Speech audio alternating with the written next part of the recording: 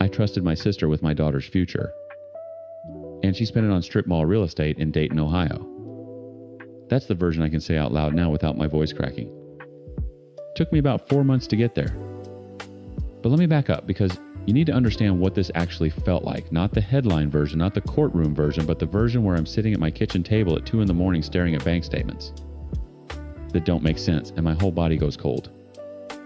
My name's not important. What's important is that I'm a single mom. I've been raising my daughter Chloe on my own since she was 3. Her dad left, and I don't mean he moved to another state, I mean he evaporated. No calls, no checks, no birthday cards, just gone. So everything Chloe has, everything she's ever had, came from me. My 2 jobs, my overtime, my skipped vacations, and my 10-year-old Honda Civic with 200,000 miles on it. And every single month for 6 years, I put money into an education savings account that my sister Denise managed. Why Denise? Because she was a licensed financial advisor? Because she was family. Because she helped me raise Chloe when I was drowning in those early years, picking her up from school, making her dinner, braiding her hair when I was pulling double shifts at the hospital. Denise wasn't just my sister. She was my co-pilot. And she was robbing me the entire time. It started with a number that didn't match. Chloe had just gotten her acceptance letter to Ohio State. We were over the moon. I mean, this kid worked her tail off. Honor roll, volleyball captain, volunteered at the food bank every Saturday. She earned that acceptance. And I told her, baby, don't worry about the money. We've got $47,000 saved. It's handled. So I called Denise to start the withdrawal process. She didn't pick up. I called again. Voicemail. I texted. Nothing for 2 days. That was unusual, but Denise had always been a little flaky about returning calls. I figured she was busy.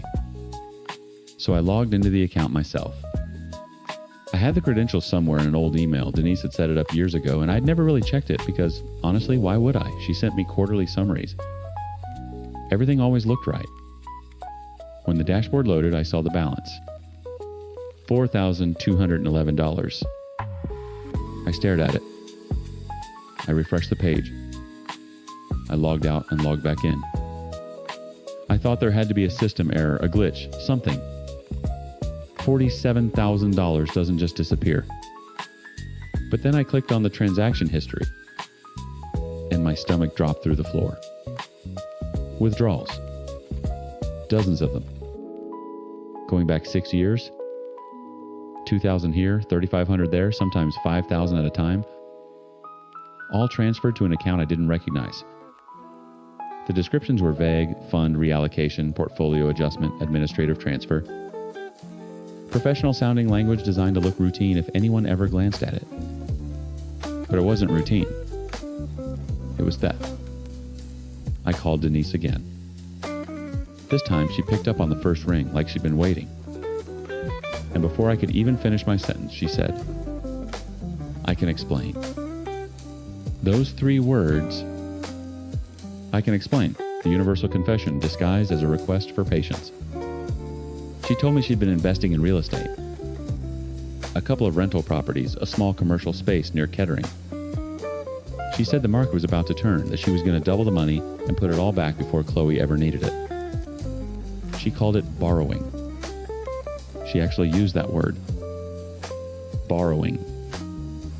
Like she'd taken a cup of sugar and not my daughter's entire future? I asked her how long. She said it started small, just a few thousand to cover a down payment she was short on. Then the properties needed repairs. Then a tenant stopped paying rent. Then she needed to cover the mortgage on a unit that sat empty for 8 months.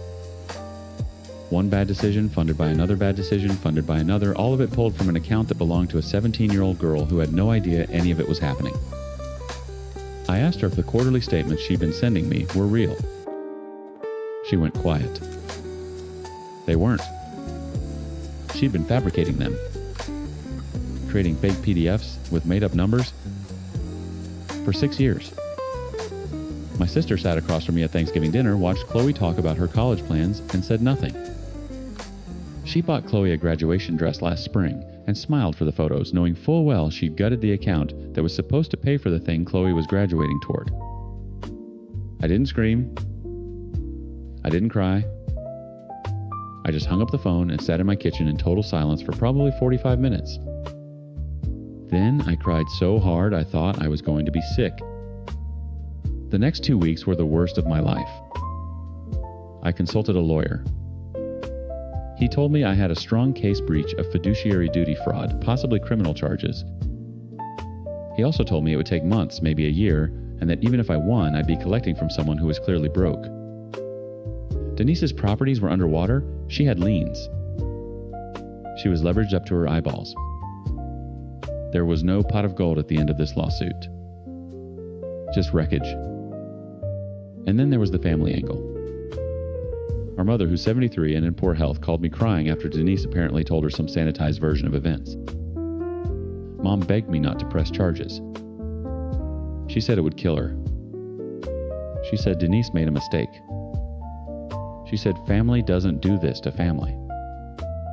I wanted to scream, family doesn't steal $47,000 from a child either, Mom. But I didn't. I just listened and said I needed time. The hardest part, the part that still keeps me up at night, was telling Chloe. I sat her down on a Sunday afternoon. She could tell something was wrong, because I'd been distant for days. I told her the truth. All of it. I didn't sugarcoat it because she's not a child anymore and she deserved to know exactly what happened and who did it. She didn't react the way I expected. She didn't cry right away. She just got very still and said, Aunt Denise did this. And I nodded. And then she asked, did she ever actually love me? Or was I just convenient? That question broke something in me that I don't think will ever fully heal. Because I know Denise loved Chloe. That's what makes this so much worse. It wasn't malice. It was selfishness. So profound that it functioned exactly like malice. The result was the same. A kid who trusted her aunt completely now questions every memory she has with her. Chloe didn't speak to Denise again, changed her number, blocked her on everything. Denise sent letters to the house, actual handwritten letters, and Chloe threw them away unopened. I didn't stop her. That was her right. I filed the civil suit. I did it 3 months before Chloe's freshman year, exactly when it would be most inconvenient and most public. My lawyer got a judgment. Denise was ordered to pay full restitution plus damages. She's made exactly 2 payments so far. Small ones. I don't expect to see most of that money. Chloe started at Ohio State in the fall. We cobbled it together: financial aid, a small scholarship she earned, a work-study job, and a parent loan that I'll be paying off until I'm 60. She's doing well. Dean's List first semester. She called me last week and told me she joined a pre-law club. She said she wants to make sure what happened to us doesn't happen to other people. I cried after I hung up, but for a different reason this time. My mother still talks to Denise. She still asks me to forgive. I tell her the same thing every time. Forgiveness is a process. And I'm not there yet, and she needs to stop asking. Denise lost her financial advisor license. Her properties went into foreclosure. Last I heard, she's working retail and living in a 1-bedroom apartment in Fairborn. I don't feel good about that. I don't feel bad about it either. Some people will tell you blood is thicker than water. That family comes first. That you should forgive and move on because life is short. And maybe they're right eventually. But I'll tell you what's also true. My daughter had a future that someone she loved stole from her, and the only person who fought to get it back was me. That's not a story about forgiveness. That's a story about what happens when trust dies and you have to build something from the ashes anyway. Chloe's gonna be fine. I made sure of it. That's what mothers do.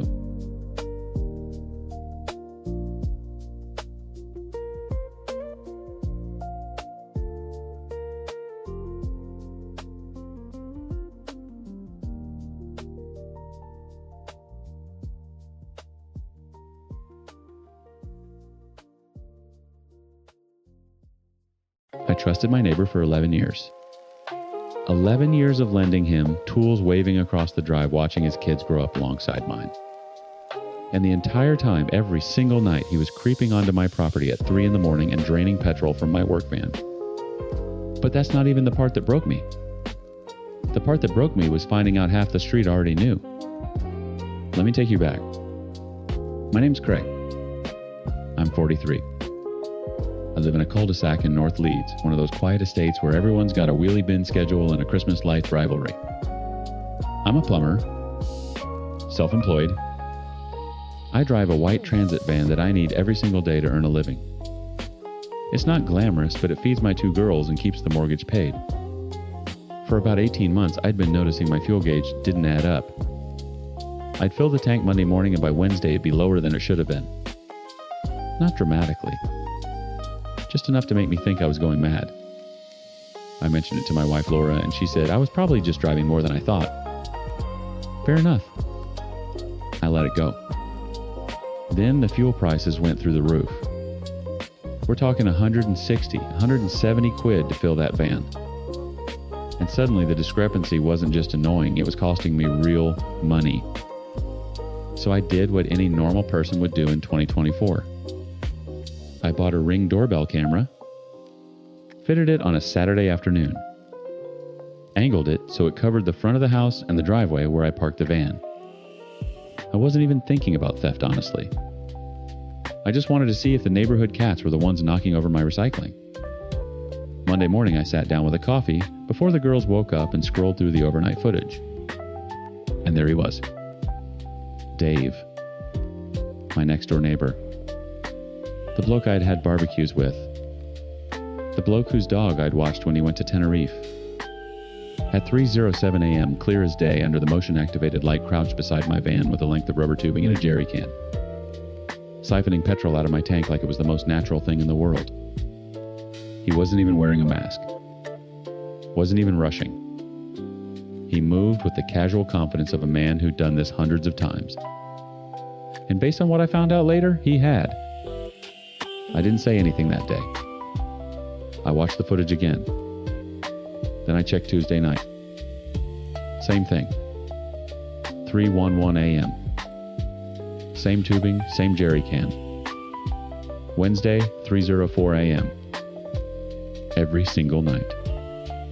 Like clockwork. I saved 2 weeks of footage. 14 clips. 14 visits. I calculated the amount he was taking, roughly 15 to 20 liters a night. At current prices, that's about 30 quid a go. Over 18 months, we're talking somewhere north of 15,000 pounds. From my van. From my livelihood. While I slept 30 feet away. But I needed to understand the full picture before I said a word. So I kept the camera running, and I started paying closer attention to the street. That's when I noticed something else. Dave had a little shed round the back of his house. Nothing unusual, every house on the estate has one. But I started seeing neighbors popping round to his back gate at odd hours. Terry from number 14, Shaz from number 9, Mark and his lad from the end house. They'd go in empty-handed and come out carrying jerry cans. He was selling it. Dave was siphoning my petrol and running a little black market fuel operation right there on our cul-de-sac, selling my diesel to my own neighbors at a discount. And from the looks of it, business was good.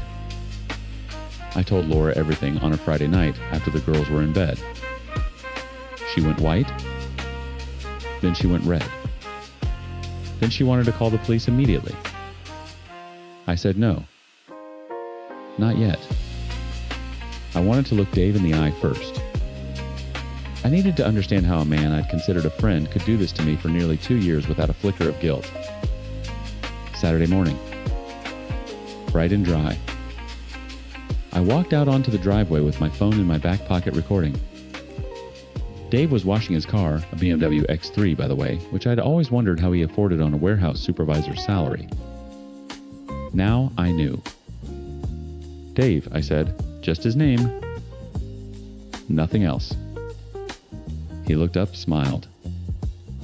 "All right, Craig, good weekend." I said I put a camera up. The smile didn't drop immediately. It sort of froze, like his face needed a second to catch up with his brain. Then his eyes went to the Ring doorbell above my front door, and I watched the color drain out of him in real time. "I've got 2 weeks of footage," I said. "Every night. The tubing, the jerry cans, all of it. I've also got footage of half the street coming around your back gate to buy what you've taken from me." He put the sponge down, didn't say a word for what felt like a full minute. Then, and this is the part that still makes my blood boil, he said, "Come on, Craig, it's only a bit of diesel." "Only a bit of diesel?" I said, 15,000 pounds, Dave. "That's what I've estimated. 18 months of you draining my tank every night. That's not a bit of diesel. That's theft. That's my family's money." He started backpedaling.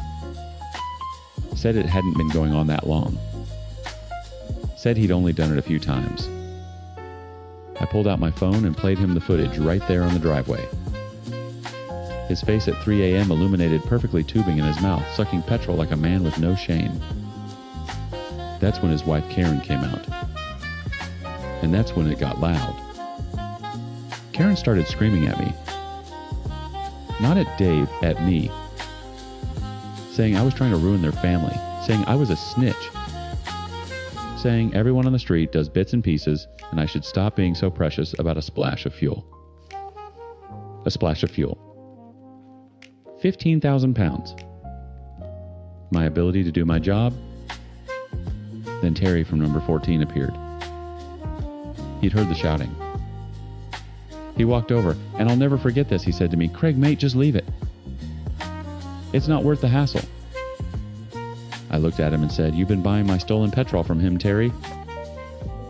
He didn't deny it. He just shrugged. Shrugged. Like I was the unreasonable one for being upset that my neighbor had been robbing me blind and half the street had been funding it. Within 20 minutes, there were 8 people on that driveway. Some defending Dave, some just watching. Shaz, from number 9, admitted she'd been buying fuel from him for over a year. Said she thought it was surplus from his work. Mark from the end house said the same. They all had their little stories, their little justifications. But the one that gutted me most was old Bill from number 6. Bill's 72. I cut his grass every other week. I cleared his gutters last autumn for free. He looked at me with genuine sadness and said, "I knew Craig. I saw him a few times from my bedroom window. I should have told you. I'm sorry." That cracked something in me. Not the theft. Not Dave. Not Karen screaming. It was Bill's quiet apology. Because it confirmed what I'd been trying not to believe. That the people I'd lived among, helped, trusted, had watched a man steal from me night after night and decided it wasn't their problem. I called the police that afternoon, showed them everything. Dave was arrested the following Tuesday. He was charged with theft, and 3 of the buyers received visits from officers as well. Karen put the house up for sale within a month. I never got the money back. I probably never will. Dave claimed he'd spent it all, and there's nothing to seize. The CPS are pursuing it, but I'm not holding my breath. The street's different now.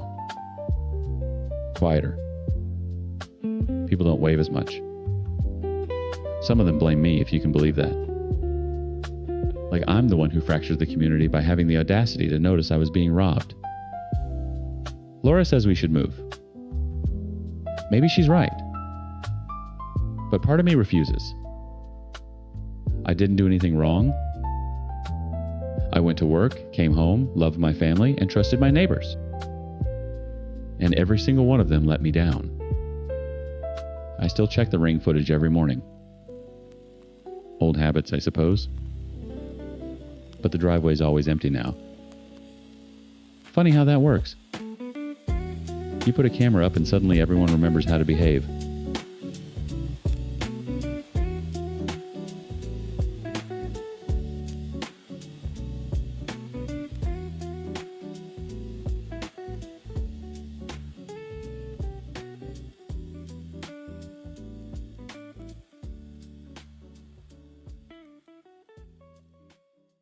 I found the listing on a Tuesday night in February, scrolling through Airbnb with one hand while Megan slept against my shoulder on the couch. Lake house on Cayuga. Private dock. Floor-to-ceiling windows overlooking the water. The photos looked like something out of a magazine. Warm wood-exposed beams, a clawfoot tub with a view of the tree line. The host, a guy named Gerald, had 47 5-star reviews. Immaculate, so peaceful. Gerald thinks of everything. Our 3-year anniversary was coming up, and I wanted to do something that didn't involve another overpriced restaurant in Brooklyn. So I booked it. I wish to God I hadn't. We drove up on a Friday afternoon in March. 3.5 hours through gray highways and bare trees until the GPS took us down a gravel road that narrowed to almost nothing. The lake appeared through the woods like a sheet of dark glass. The house was set back maybe 40 feet from the water, exactly like the photos. Gerald met us at the door, mid-50s, thin wire-rimmed glasses, the kind of guy who looks like he'd teach high school biology. He gave us the tour. Showed us the kitchen, the thermostat, where the extra blankets were. Pointed out the basement door and said there was nothing down there but the water heater and some old paint cans.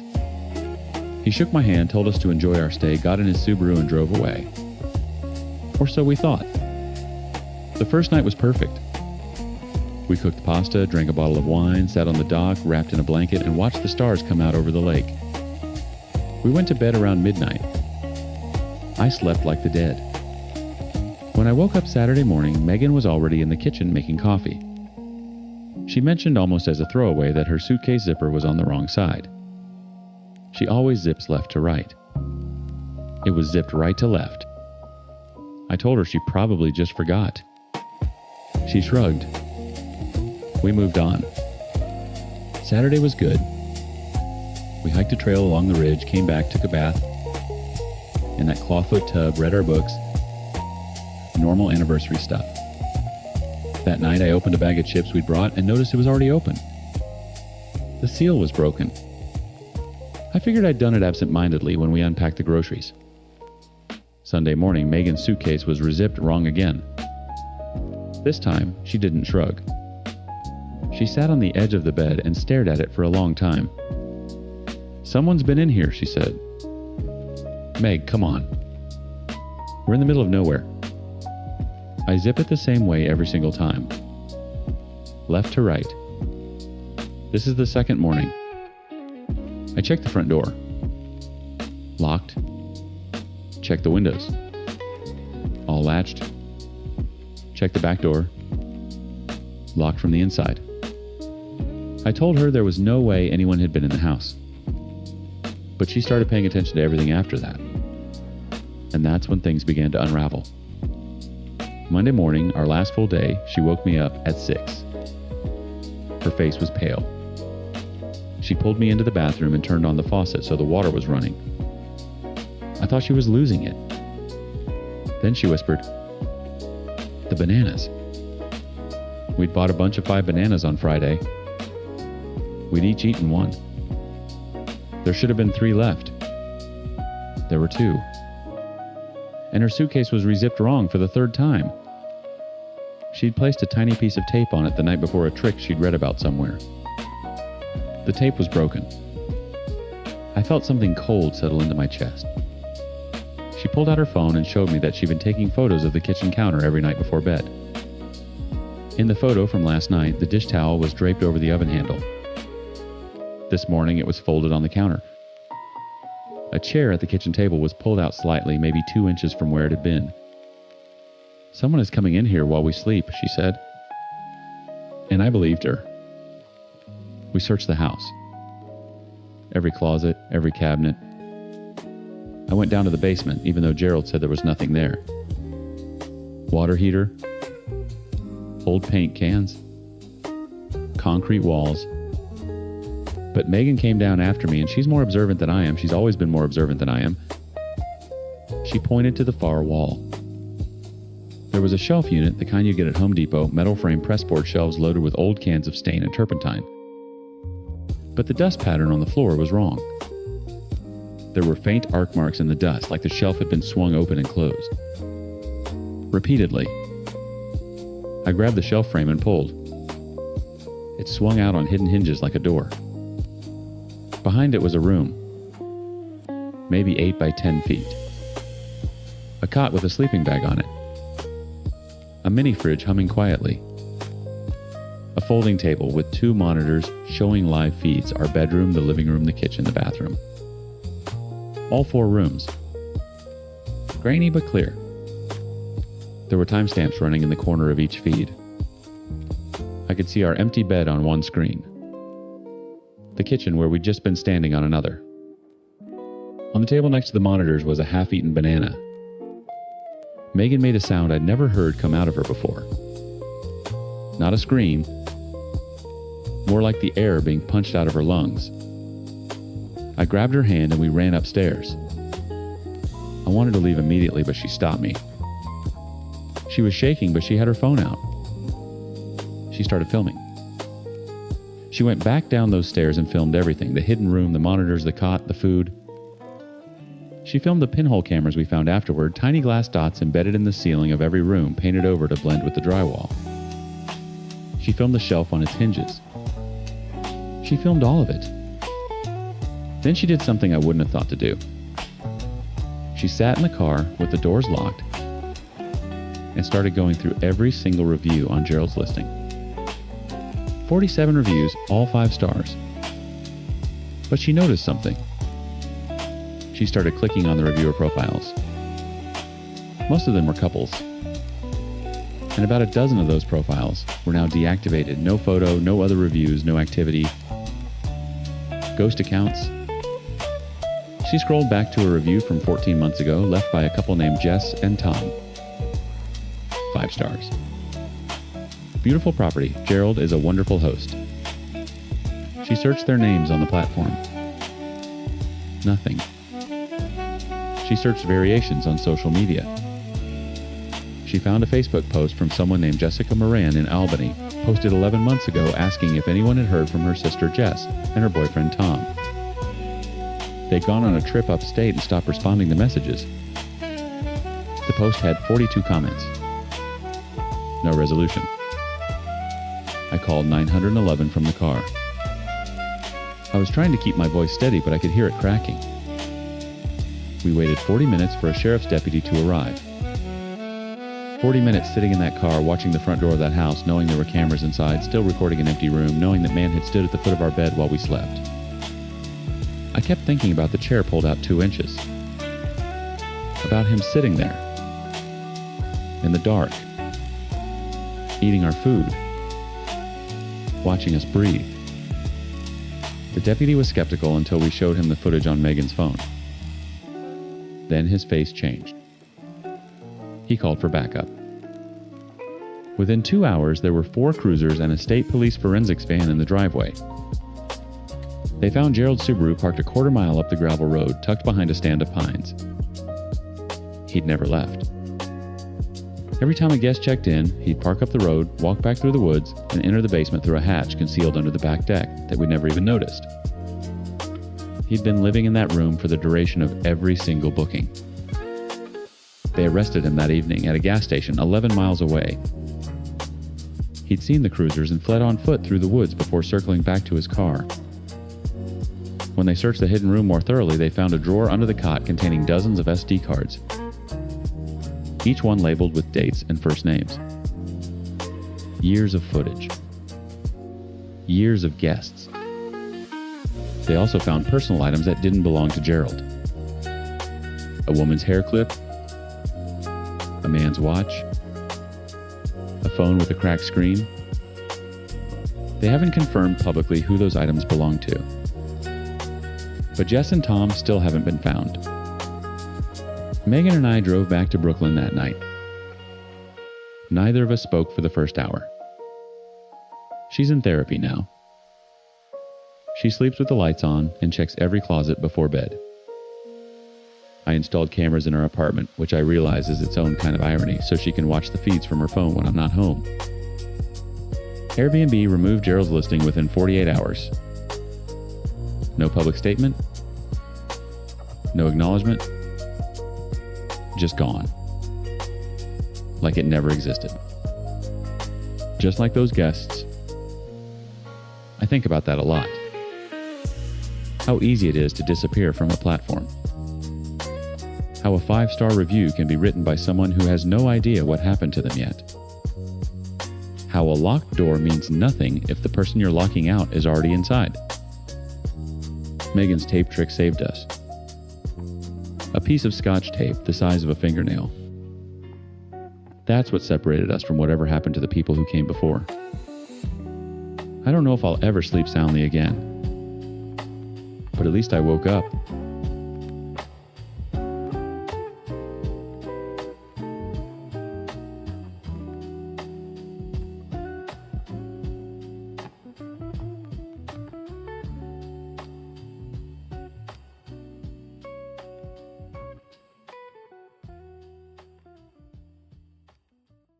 I watched my own words come out of his mouth on a Tuesday morning in March. I was sitting in the back row of Conference Room B, on the 7th floor, the one with the floor-to-ceiling windows overlooking the Chicago River, and my manager, Greg Hollister, was standing at the front of the room presenting a 62-slide deck to the executive board. Every slide was mine. Every word. Every data point, every strategic pivot, every campaign framework I'd spent 11 weeks building from scratch while eating cold ramen at my desk past midnight. He didn't even change the font. I remember my hands going numb. I remember the sound of the CFO saying, "Greg, this is brilliant work." I remember Greg smiling, that practiced humble smile he does, and saying, "Well, I can't take all the credit, but I really felt passionate about this direction." He didn't look at me. Not once. My name is Elena Marsh. I'm 31 years old. I've been a data analyst at Kessler & Boone Marketing for 3.5 years. And for most of that time, I thought if I just worked hard enough, kept my head down, and delivered exceptional results, the right people would notice. The right people did notice. They just weren't the people I expected. Let me back up. Greg hired me. That's the part that makes this complicated. He pulled my resume out of a pile of 200 applicants, called me personally, told me he saw something special in my analytical approach. For the first year, I genuinely liked him. He was charming. Mentored me. Bought the team lunch on Fridays. He had this way of making you feel like you were part of something important, like the work mattered, like he saw you. The first time it happened, I almost didn't catch it. I'd written a client retention analysis, nothing flashy, just a deep dive into churn patterns for our biggest account. I sent it to Greg on a Thursday night. The following Monday, I overheard him on a call with the VP of Client Services, walking through my findings as if they'd come from his own brain. He used my exact phrasing. Behavioral decay curve. That was my term. I'd coined it. I told myself it was normal. Managers present their team's work. That's how it works. Right. But then it happened again. And again. A social media pivot strategy I'd developed for a pharmaceutical client.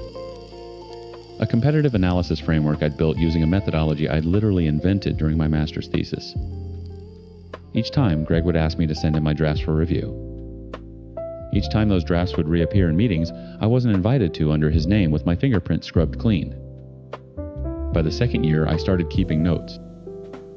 Not because I had a plan, because I was starting to feel like I was losing my mind. The real escalation came in October when Greg was nominated for the Kessler Award, the firm's annual prize for strategic innovation. The nomination was based on the Meridian campaign. My campaign, the one I'd built from a blank whiteboard over 6 months, running regression analyses at 2 a.m, testing audience segments until my eyes bled. I'd even named it Project Meridian, because I'd been staring at a map of meridian lines when the core insight clicked. Greg won the award. He gave a speech. He thanked his incredible team in that vague, sweeping way that means nobody specific. I sat at table 6 and clapped. I smiled. I drank my wine. And when I got home that night, I sat on my bathroom floor and cried so hard I burst a blood vessel in my left eye. That was the night I started the file. I called it insurance. A folder on an encrypted external drive. Every original draft with timestamps. Every email I'd sent. Greg, with my work attached. Every calendar invite I'd been excluded from where that work was later presented. I started screenshotting everything as Slack messages asking for my rough thoughts, followed by board presentations the next day using those exact rough thoughts polished and credited to him. Then I discovered something that changed everything. I was digging through old shared drives looking for a template when I found a folder labeled Archive Team Transitions. Inside were exit interview notes for 5 former analysts who'd worked under Greg over the past 4 years. All 5 had chosen to resign. All 5 had glowing performance reviews right up until their final quarter, when suddenly their ratings dropped. Phrases kept repeating across their files: lack of initiative, difficulty collaborating, not a culture fit. The same phrases Greg had started using about me in our last one-on-one. I tracked down 2 of them on LinkedIn. The first, a woman named Priya, didn't respond. The second, a guy named Marcus, called me back within an hour. His voice was shaking. "He did the same thing to you, didn't he?" Marcus said. "He told me everything. The stolen work, the gaslighting, the way Greg would praise you in private and erase you in public. Marcus said he'd tried to report it, gone to HR, and within 2 weeks, Greg had put him on a performance improvement plan. Marcus resigned a month later. He said it nearly ended his career." That conversation rewired something in me. This wasn't just about my slides. This was a system. Greg had been feeding on junior analysts for years, consuming their work, spitting out their careers, and climbing the ladder on the bones of people too exhausted or too scared to fight back. I needed someone inside the building who had power and no loyalty to Greg. That's when I thought of Diane Okafor, the CEO's chief of staff. I'd met her once at a company town hall, and she'd asked me a sharp, specific question about data attribution that told me she actually understood what analysts do. More importantly, she reported directly to the CEO and operated completely outside Greg's chain of command. I didn't go to her office. I didn't send a dramatic email. I simply started BCCing her on every original draft I sent to Greg. Every single one. No explanation. Just the raw work timestamp from my company email days or weeks before Greg would present it as his own. I did this for 4 months. Then Greg made his biggest mistake. In February, he pulled me into his office and closed the door. He told me he'd heard I'd been talking to people outside the department about internal work. His voice was calm, but his eyes were different. Hard. He leaned forward and said, "And I will never forget this, Elena, I've built something here. And people who try to disrupt what I've built tend to find that this industry is smaller than they think." I asked him if that was a threat. He smiled and said, "It's advice." I went back to my desk. My hands were shaking. But this time, it wasn't from fear. I opened my email and forwarded his calendar invite for the meeting, the one that would show the closed-door session with no documented agenda, to Diane. Then I typed 3 words in the body of the email: "I'm ready to talk." Diane called me that evening from her personal phone. She told me she'd been watching. She'd received every BCC. She'd already begun cross-referencing my original drafts against Greg's board presentations. The timestamps weren't even close. My work preceded his presentations by days, sometimes weeks. She'd also quietly pulled the personnel files of the 5 former analysts. She'd spoken to Marcus. She'd spoken to Priya, who had finally responded to Diane's outreach, even though she'd ignored mine. The pattern was undeniable. 3 weeks later, Greg was called into a meeting with the CEO, the general counsel, and the head of HR. He walked in, expecting to discuss his upcoming promotion to senior vice president. He did not get promoted. The investigation took 6 weeks. They found that Greg had systematically claimed credit for the original work of at least 7 employees over a 5-year period. They found deleted email threads he thought were gone. IT recovered them from backup servers. They found Slack messages where he'd explicitly told junior analysts not to present their own work because the executives prefer hearing it from leadership. They found the performance improvement plans he'd weaponized against anyone who pushed back. Greg was terminated. Not quietly. Not with a resignation package and a polite LinkedIn post about new opportunities. He was fired for cause. His Kessler Award was rescinded. The CEO issued an internal memo acknowledging that multiple employees had been harmed by a sustained failure of managerial accountability, and announced a new attribution policy requiring all strategic work to be credited to its original authors. I was offered Greg's position. I turned it down. I didn't want his office. I didn't want his title. I wanted something he never gave anyone. I wanted to be credited for my own work and left alone to do it well. They created a new senior analyst role for me instead. Corner desk. Direct line to the strategy team. My name on my own slides. Marcus came back to the company 4 months later. Priya didn't. She'd built something better somewhere else, but she sent me an email that said simply, "Thank you for being the one who didn't leave quietly. Here's what I learned. Silence isn't professional. Silence is what people like Greg count on.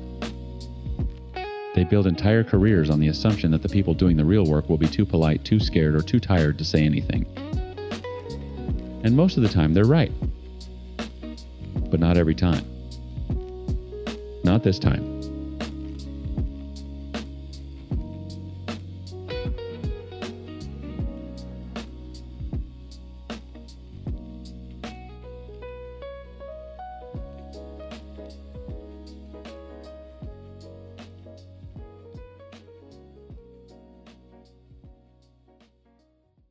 My sister looked me dead in the eye across that courtroom and swore on our dead father's name that I'd stolen what was rightfully hers.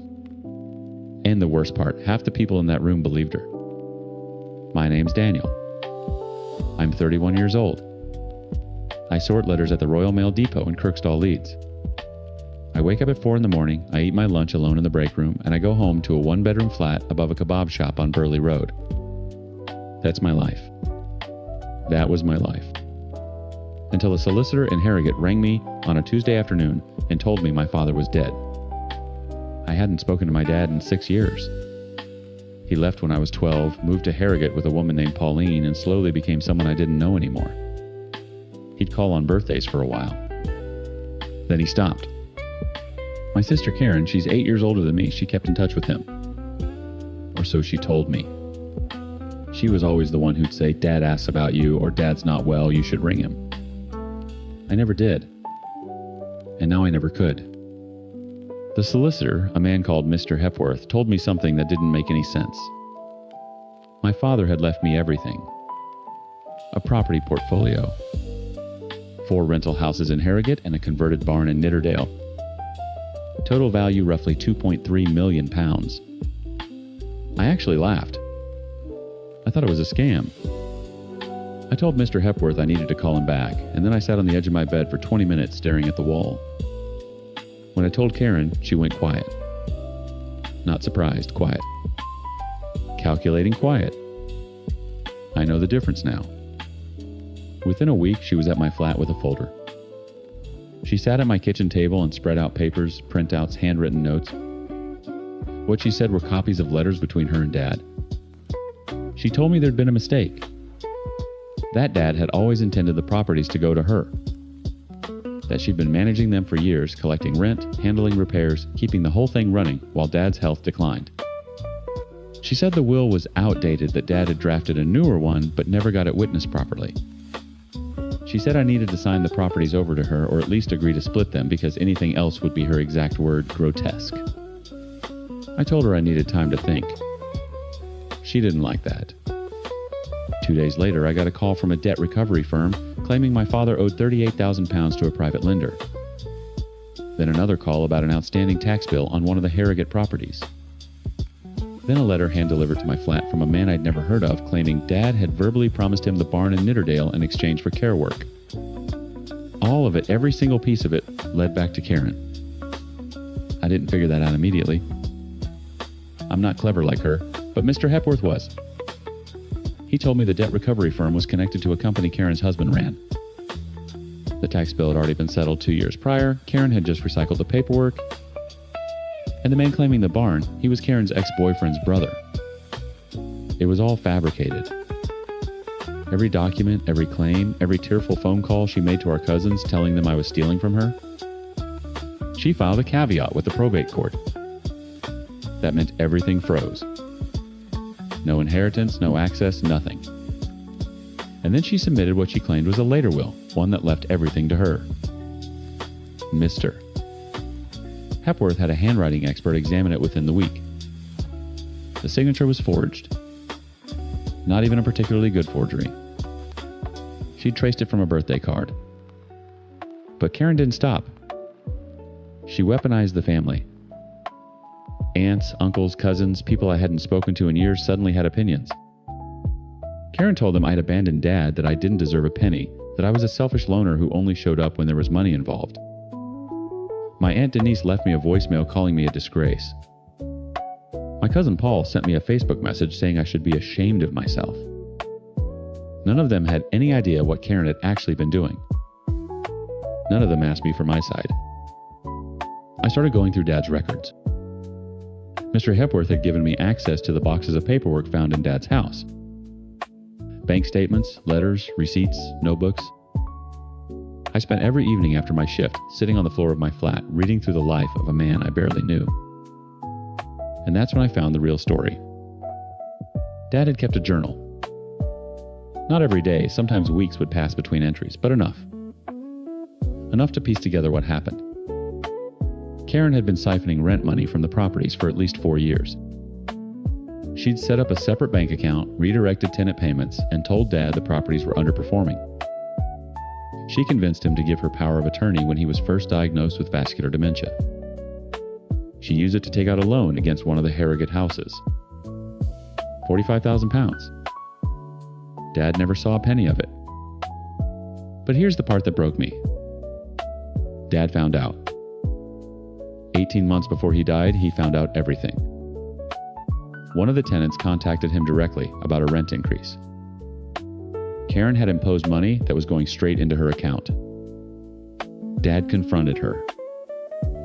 And according to his journal, Karen told him that if he made trouble, she'd put him in a care home and never visit. She told him no one else cared about him. She told him I'd never come.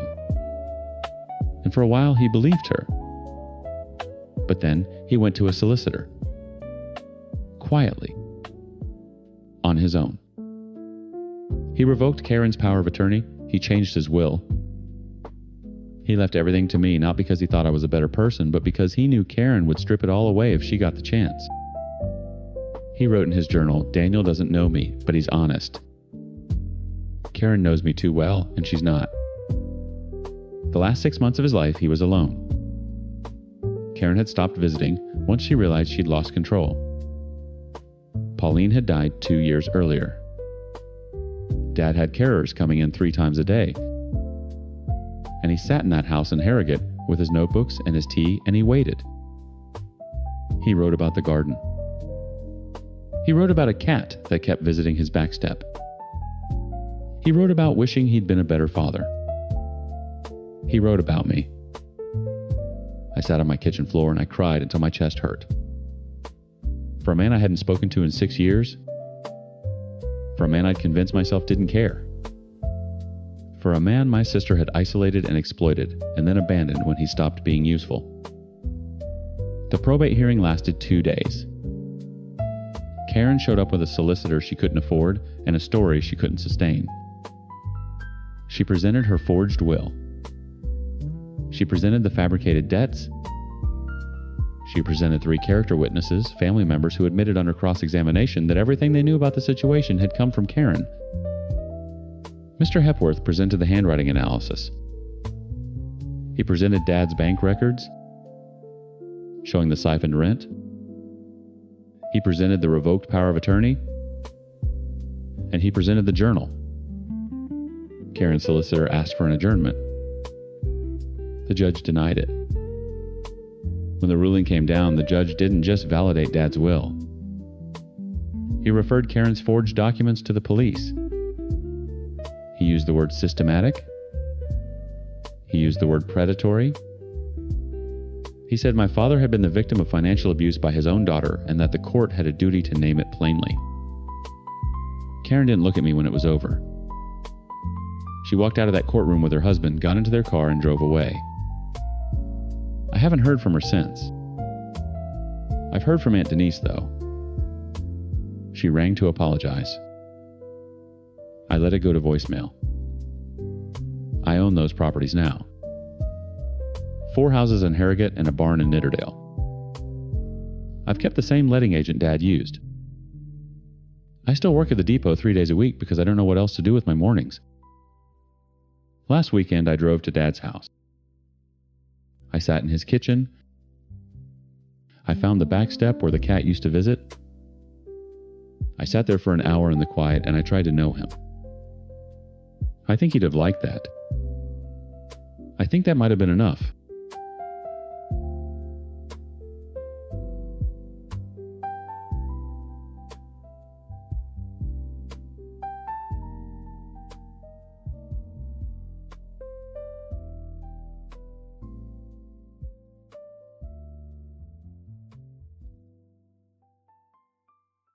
I always thought the worst thing my mother-in-law could do was rearrange my kitchen cabinets while I was at work. I was so wrong. My name is Cassie. I'm 34, married to a man named Derek, and we have a daughter, Poppy, who had just turned 8 months old when this whole thing detonated. We live about 20 minutes from Derek's parents in Fairfield County, Connecticut. Close enough for his mother, Judith, to drop by unannounced. Which she did, with the regularity of a utility bill and about as much warmth. Judith never liked me. She made that clear from the moment Derek brought me home. I wasn't from the right family. I didn't go to the right schools. My parents ran a dry cleaning business in Bridgeport, and to Judith that was practically a criminal record. She wanted Derek to marry a girl from their country club circle, someone with a hyphenated last name and a trust fund, and the good sense to let Judith run her life. Instead, he married me. And Judith never forgave either of us for it. But what she did last October, that crossed a line I didn't even know existed. It started as most of Judith's schemes did, with a visit she framed as generosity. She came over on a Tuesday afternoon with a casserole I didn't ask for, and spent 2 hours holding Poppy while making pointed comments about how the baby's eyes were so dark compared to Derek's. Derek has blue eyes.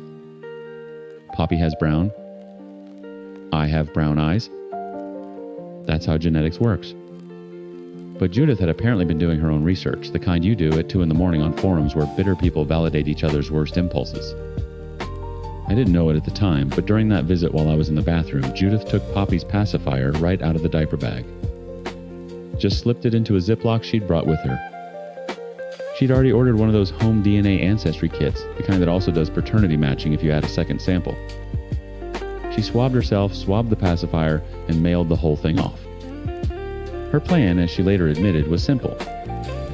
She wanted to prove that Poppy wasn't Derek's biological child. She wanted proof that I had cheated, that I had trapped her son, that I was exactly the kind of woman she'd always warned him about.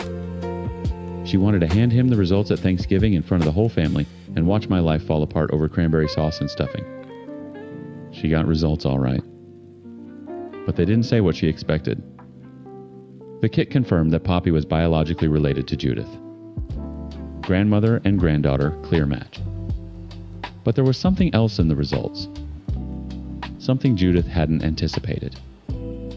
The ancestry breakdown. Poppy's paternal line showed a significant percentage of Ashkenazi Jewish heritage.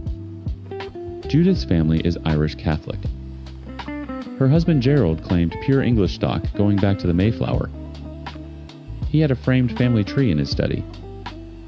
He'd bored us all with it, at every holiday for 20 years. Judith stared at those results for a week. She ran them again through the kit company's database. She cross-referenced. She called the company's support line and argued with a 22-year-old lab tech. The results didn't change. And then she did something that I still can't fully comprehend. She dug deeper. She upgraded to the full relative matching service. That's when the real bomb went off. Gerald had a match in the system. A half-sibling. A woman named Ruth Abelman, 61 years old, living in Queens. Gerald's biological father, it turned out, was not the Connecticut WASP patriarch whose name was on the family tree.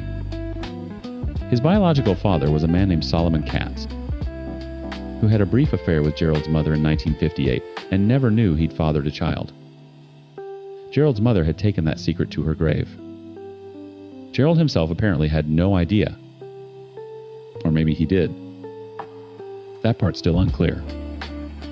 Now, a normal person, a decent person, would have sat with this information privately. Would have maybe talked to Gerald alone gently. Would have recognized that this was a painful, complicated revelation that deserved care and discretion. But Judith is not a normal person. Judith is a woman who had spent a month building a Thanksgiving ambush designed to destroy her daughter-in-law's marriage in front of 15 family members. And when her ammunition changed shape, she didn't stand down. She just picked a different target. Thanksgiving Day. The house smelled like sage and roasting turkey. Gerald was in his usual chair, scotch in hand, holding court about some golf tournament. Derek's sister Lauren was there with her husband. Derek's uncle, Phil, and Aunt Margot had driven up from New Jersey. I was in the kitchen mashing potatoes and trying to survive another holiday in that house. Judith waited until everyone was seated. She waited until Gerald had said grace, the same grace he said every year, thanking God for their family's heritage and blessings. And then before anyone picked up a fork, she stood up. "I have something to share with the family," she said. Her voice was calm, rehearsed. She pulled a manila envelope from under her chair. I remember thinking, "Oh God, this is about me." My stomach dropped.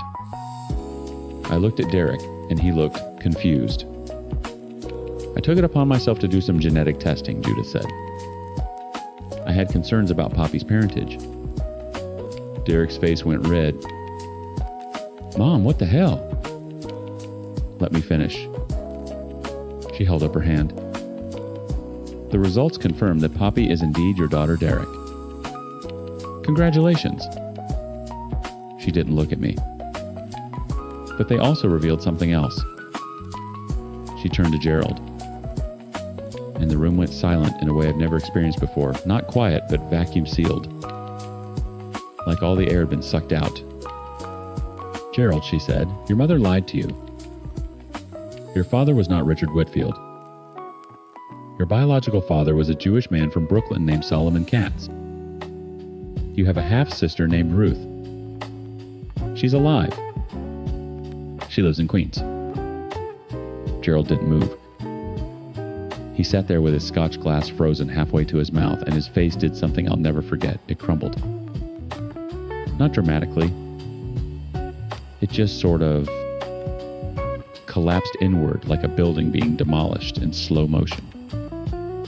"That's not possible," he whispered. "It's all here." Judith slid the papers across the table right through the gravy boat. "Your entire identity, Gerald, a lie." Uncle Phil stood up. Lauren started crying. Derek grabbed my hand under the table so hard it hurt. And Gerald, 72-year-old Gerald, who had built his entire personality around his family name, his lineage, his place in the social hierarchy of coastal Connecticut, Gerald looked at his wife and said the most devastating thing I've ever heard one spouse say to another. "You did this to humiliate me. You went behind everyone's back to prove Cassie was a whore, and when that didn't work, you just aimed the gun at me instead." Judith's composure cracked for the first time. "I was trying to protect this family." "You were trying to destroy it," Gerald slammed his hand on the table. Glasses rattled. The turkey platter jumped. 40 years, Judith. 40 years I've been married to you, and this is what you do with a secret about my dead mother. You announce it over Thanksgiving dinner like it's a goddamn party trick. He stood up, dropped his napkin on his plate, and walked out of the dining room. We heard the front door open and close. Then his car started in the driveway. And then it was quiet again. Judith sat back down slowly. She looked around the table like she expected someone to thank her. No one did. Derek and I left within the hour. Lauren wouldn't speak to her mother. Uncle Phil called Judith a word I won't repeat and drove back to New Jersey before dessert. Gerald didn't come home that night. Or the next. He checked into a hotel and hired a divorce attorney by Monday morning. He eventually reached out to Ruth Abelman. They met for coffee in January. I hear they talk regularly now. He says it's the one good thing that came out of the whole disaster. Judith lives alone in that big house now. She calls Derek every week, and every week he lets it go to voicemail.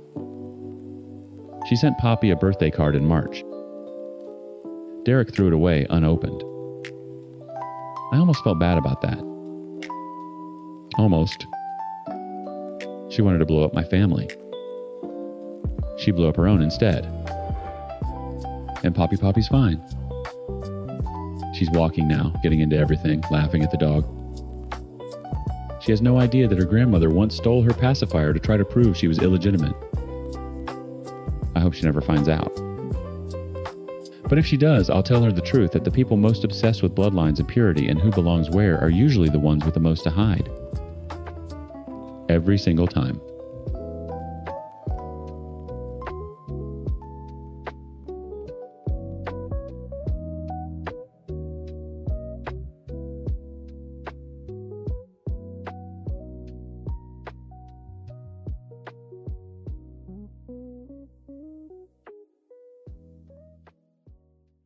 I know what you think of me. You've probably heard her side, and I don't blame you for hating me. I hate me too. Most of the time I look in the mirror and I don't recognize the man staring back. But I need you to understand I never wanted to hurt her. Everything I did, all the good things, they were real. They were my desperate attempt to be the man she deserved. Our wedding in 2016, that was supposed to be it for me. The end of the old life and the start of a new one. Before her, I was just a mess. Always anxious, always feeling like I was playing a part, waiting for someone to call me out as a fake. She was the first person who made me feel real. When she looked at me, I felt like the man I always wanted to be. So I decided I would be him. I would be a husband, a good stable man. Every good memory we made was another brick I was putting in a wall. I was trying to wall off the broken part of myself, the part that craved noise and chaos and destruction. The first year of our marriage was good. We were happy. But in the quiet moments when the TV was off and she was asleep next to me, I'd hear it. A little whisper in the back of my head, telling me I was a fraud, that I didn't deserve any of this, that a good man wouldn't feel this restless emptiness. The only thing that made the voice shut up was drinking. A few beers, a glass of whiskey, and suddenly I was him again, the charming, confident guy she fell in love with. The guy who wasn't terrified all the time. The first time it happened was about 4 months after the wedding, with her best friend. I swear to God it wasn't a plan. It was late, we were all drunk, and it was just a stupid, horrible mistake. The next morning, the shame was so heavy I could barely breathe. It should have been the biggest wake-up call of my life. It should have scared me straight, but it didn't. It did something worse. It broke my brain. The guilt was too much. the man who loved my wife, the man who held her and promised her forever, couldn't have done that. It was impossible. So my mind just split. It created a box, and it put the monster who did that thing inside it. From that day on, there were two of me. There was the husband who loved his wife more than anything, and there was the other guy, the addict. The addict didn't care about anything but the fix. He was fueled by booze and that bottomless pit of self-hatred I carried around. The cheating wasn't about sex, not really. It was about feeling something, anything other than the shame. It was a quick hit of adrenaline, a moment of validation from a stranger online, or an escort who didn't know me. It was a way to prove the voice in my head, right, I was a piece of garbage. Each time the addict would get his fix, and then I'd wake up the next morning as the husband again, swimming in disgust and fear. And I would throw myself even harder into being the perfect husband. I'd cook her favorite dinner plan, a surprise weekend trip, tell her how much I loved her. I was praying, just praying that if I acted the part well enough, it would eventually kill the other guy for good. Some of the worst times were when she was right there. I remember one of our house parties. She was in the living room with our friends laughing, and I was in our bedroom with someone else. People think that's a sign of a guy who wants to get caught. It's not. It's the addict's recklessness. When the monster needed a fix, the rest of the world just went blurry. My wife, my home, my entire life would just become background noise. The only thing that was real was the chase. Then she got pregnant, and we bought the house. This was it. This was the final move, the ultimate fortification. A baby. Our own home. A real family. I was so genuinely happy, so full of hope. I thought, this has to be enough. A life this good, this real. It has to be heavy enough to crush the monster, to starve him out for good. And for a while, it worked.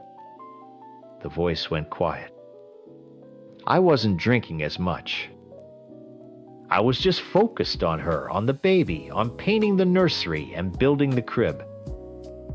I really, truly believed I had won. I was going to be a father. I was going to be the man I was always meant to be. We were 3 months pregnant boxes, still half unpacked in our dream house, and I had never felt more certain about anything in my life. I was safe. We were safe. We were sitting on the couch looking at something on my phone together. I think it was a list of baby names. I was laughing, and I felt her head resting on my shoulder. It was one of those perfect quiet moments. And then the screen lit up. A notification banner slid down from the top. It was a message from a name she didn't know. And the preview was just a few words, but it was enough. My blood went cold. The whole world just stopped. I saw her eyes flick from the baby names up to the banner. I watched her read the words. I watched her perfect happy face start to crumble in slow motion. The wall I'd spent our entire marriage building was about to be vaporized. She pulled her head off my shoulder and just stared at the screen for a second. Then she looked at me, her expression completely blank. "Who is that?" she asked. My brain went into overdrive, trying to spin 1,000 lies in a single second. "It's a coworker. It's spam. It's a wrong number. But I couldn't get a single word out. My mouth was dry. I just looked at her. And she knew. The way she pulled away from me, just that little bit of distance she created on the couch, felt like a canyon opening up between us. The interrogation that followed wasn't shouting and screaming. It was worse. It was quiet. It was methodical. She took my phone and her hands were perfectly steady. She asked me again, her voice flat. Who is she? I started with the first lie, the one I had practiced in my head just in case. A stupid flirtation, a mistake it meant nothing. I watched her scroll through my phone, her thumb moving up the screen. And with every swipe, another piece of my life fell away. She found more. More names. More messages. Every question she asked was a nail. And every lie I told was just the hammer driving it in deeper. The demolition went on for hours. She'd find something, ask me about it. I'd minimize it, and then she'd find something else that proved I was lying. The worst part was when she found the messages from 4 months after our wedding from her best friend. I watched her face go from hurt to confused, and then to a look of such profound betrayal that it physically hurt to see. She didn't cry, not then. She just looked at me like I was a complete stranger. Like she was seeing the monster for the first time. She found the emails with the escort, the dating app profiles, the chats. All the bricks from the wall I had built came crashing down, and I was just sitting there buried in the rubble. Finally, she put the phone down on the coffee table. She stood up, walked to the front door, and opened it. "Get out," she said. It was the first time her voice broke. Being kicked out of my own home, the one we had just bought for our baby, should have been the lowest point of my life. But it was a relief. I deserved it. I deserved worse. I slept in my car for 2 nights before getting a cheap motel room. I spent days in a fog just replaying that night over and over. Seeing her face. That's when I finally did the one thing I should have done years ago. I walked into an AA meeting. Then I found an SA meeting. Sitting in those church basements listening to other people tell my story was the first time I didn't feel completely alone with the monster. These people understood the switch. They understood the craving, the self-hatred, the double life. It wasn't an excuse, but it was an explanation. It was a path. I started working the steps. I was sober. I was going to meetings every day. I was finally, for the first time, being honest with myself about who I was. After a few weeks, she called. The dog was having a hard time without me, and with her being pregnant, she needed help. She said I could come back, but I had to stay in the guest room. No exceptions. It was the tiniest sliver of hope, and I grabbed it with both hands. I moved into the guest room and followed her rules perfectly. I respected her space. I didn't push. I just tried to be useful to show her I was changing. I went to my meetings, I did my work, and I just wanted to be near her, to be near the goodness I had almost completely destroyed. I thought maybe, just maybe, we could survive this. I was making progress. But the addict is a patient bastard. It waits. It hides in the corners and waits for you to be tired or lonely or weak. And one night it found me. I was sitting alone in the guest room, scrolling on my laptop. She was asleep down the hall. I was just lonely. That's all it took.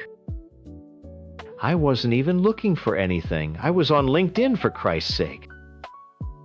A stupid professional networking site. A message popped up. An old contact.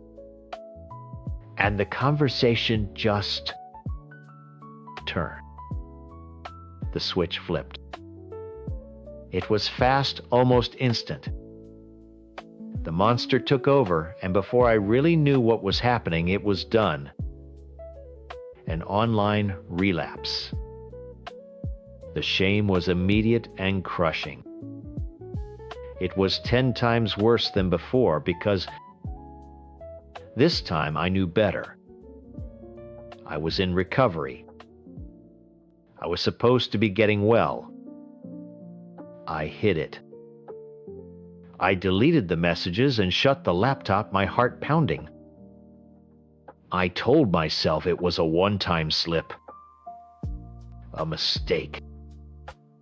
I could handle it. I could get back on track without telling her. Telling her would destroy that sliver of hope, and I couldn't bear that. But we had a formal disclosure scheduled with our marriage counselor. A big, terrifying meeting where I was supposed to lay out every single secret, every single betrayal once and for all. No more trickled truth. The week leading up to it was torture. I knew I had to either tell her about the LinkedIn slip-up, or I had to start our new foundation with another lie. We sat in the counselor's office, my wife looking so fragile but so determined. I started talking. I went through the timeline, all the ugly details I'd hidden before. And then I got to the part about coming home, about living in the guest room. I took a breath, looked at her, and I knew what I was about to do. It was like holding a grenade and knowing I had to pull the pin. I told her about the relapse. I watched the last bit of hope drain from her eyes. It was one thing to be betrayed by the man I was before. It was another thing entirely to be betrayed by the man who was supposedly in recovery, the man who was trying to heal with her. I hadn't just cheated on her again. I had let her start to hope, let her invest in my recovery, only to prove that I was still the same broken, untrustworthy person. I had poisoned the wound she was just starting to clean. I saw it all clearly then. My greatest failure wasn't all the affairs. It wasn't the lies or the drinking. My greatest failure was ever believing I could build a life strong enough to protect her, while the thing she needed protection from was living inside my own skin. I had just let him out right in front of her one last time. I'm pretty sure my husband has written about me online. So if you've read a story about a crazy pregnant wife who threw a fork at her loving, patient husband, then hi, it's me. I'm the monster. But I guess he forgot to mention how he created me. When we were dating, he was my everything. Not in a clingy, weird way, but in a way that made me feel totally safe. He saw me. When I was sad, he knew why before I did. When we argued, he'd sit down, look me right in the eye, and we would talk it out. Sometimes for hours. It didn't matter how mad we were. We always found our way back to each other. I never once felt like he was going to leave me. The wedding was supposed to be the start of forever. For me, it was the start of watching my husband slowly disappear. The arguments started becoming more frequent, which is normal, I guess. But the way he handled them changed completely. He just stopped. He would sit on the couch, his face a total blank, and just wait for me to run out of steam. He called it de-escalating. He said he was trying not to make things worse. What it felt like was being locked in a room by myself. He was right there, but he was gone. I was fighting with a ghost. He would say, "Okay, I'm sorry," with this dead look in his eyes, not because he was sorry, but because he just wanted the noise to stop. Every empty apology felt like a tiny little rejection, a confirmation that I was just an annoyance he had to manage. When I found out I was pregnant, I cried.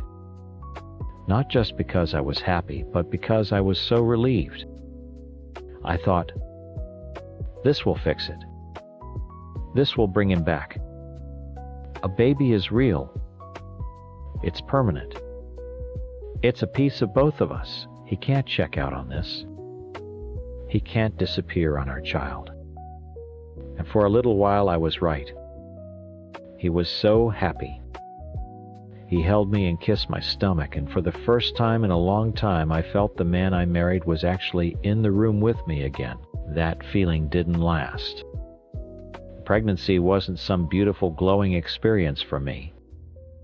It was miserable. I was sick all the time, I couldn't sleep, and my body felt like it belonged to a stranger.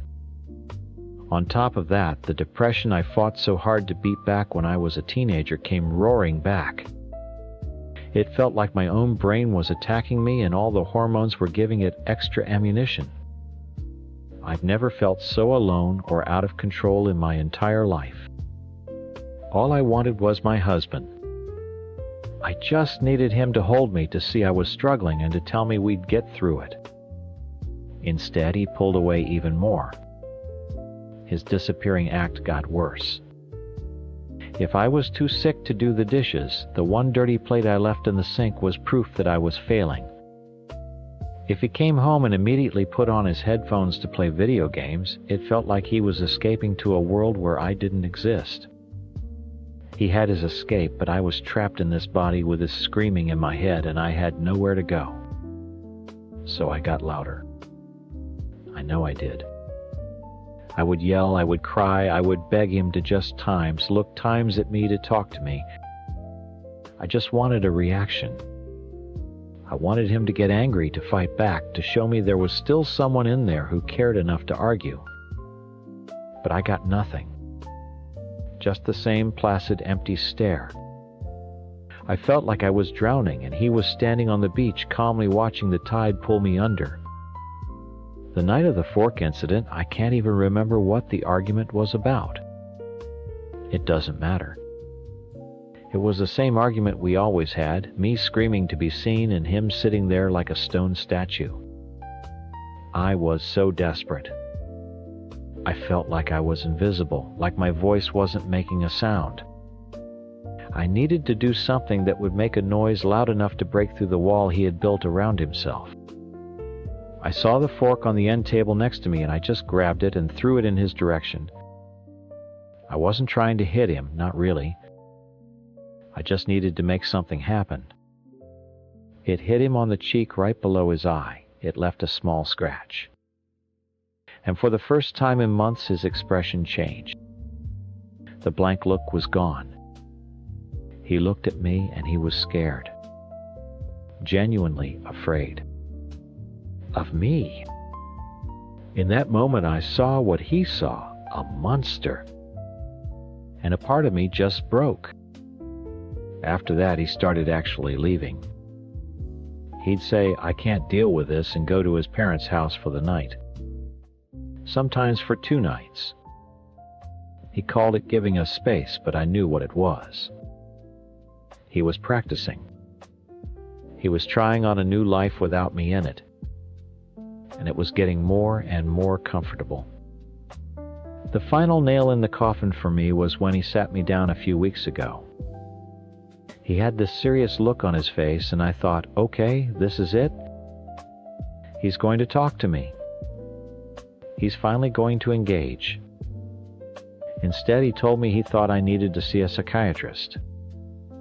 He didn't say I'm worried about us, maybe we should try therapy. He said, you are broken and you need to go get fixed. He'd already decided I was the problem. My pain, my fear, my depression, it wasn't real to him. It was just a chemical imbalance that was making his life inconvenient. I told him to get out. I screamed it. It was the worst thing he could have possibly said. He left for his parents' place again after that fight. He's been there for 3 days. It's been quiet. Too quiet. I spent most of yesterday just crying, feeling so defeated. I have my regular OB appointment tomorrow morning. A few minutes ago, the receptionist from the doctor's office called to confirm the time. It was a normal call until the very end.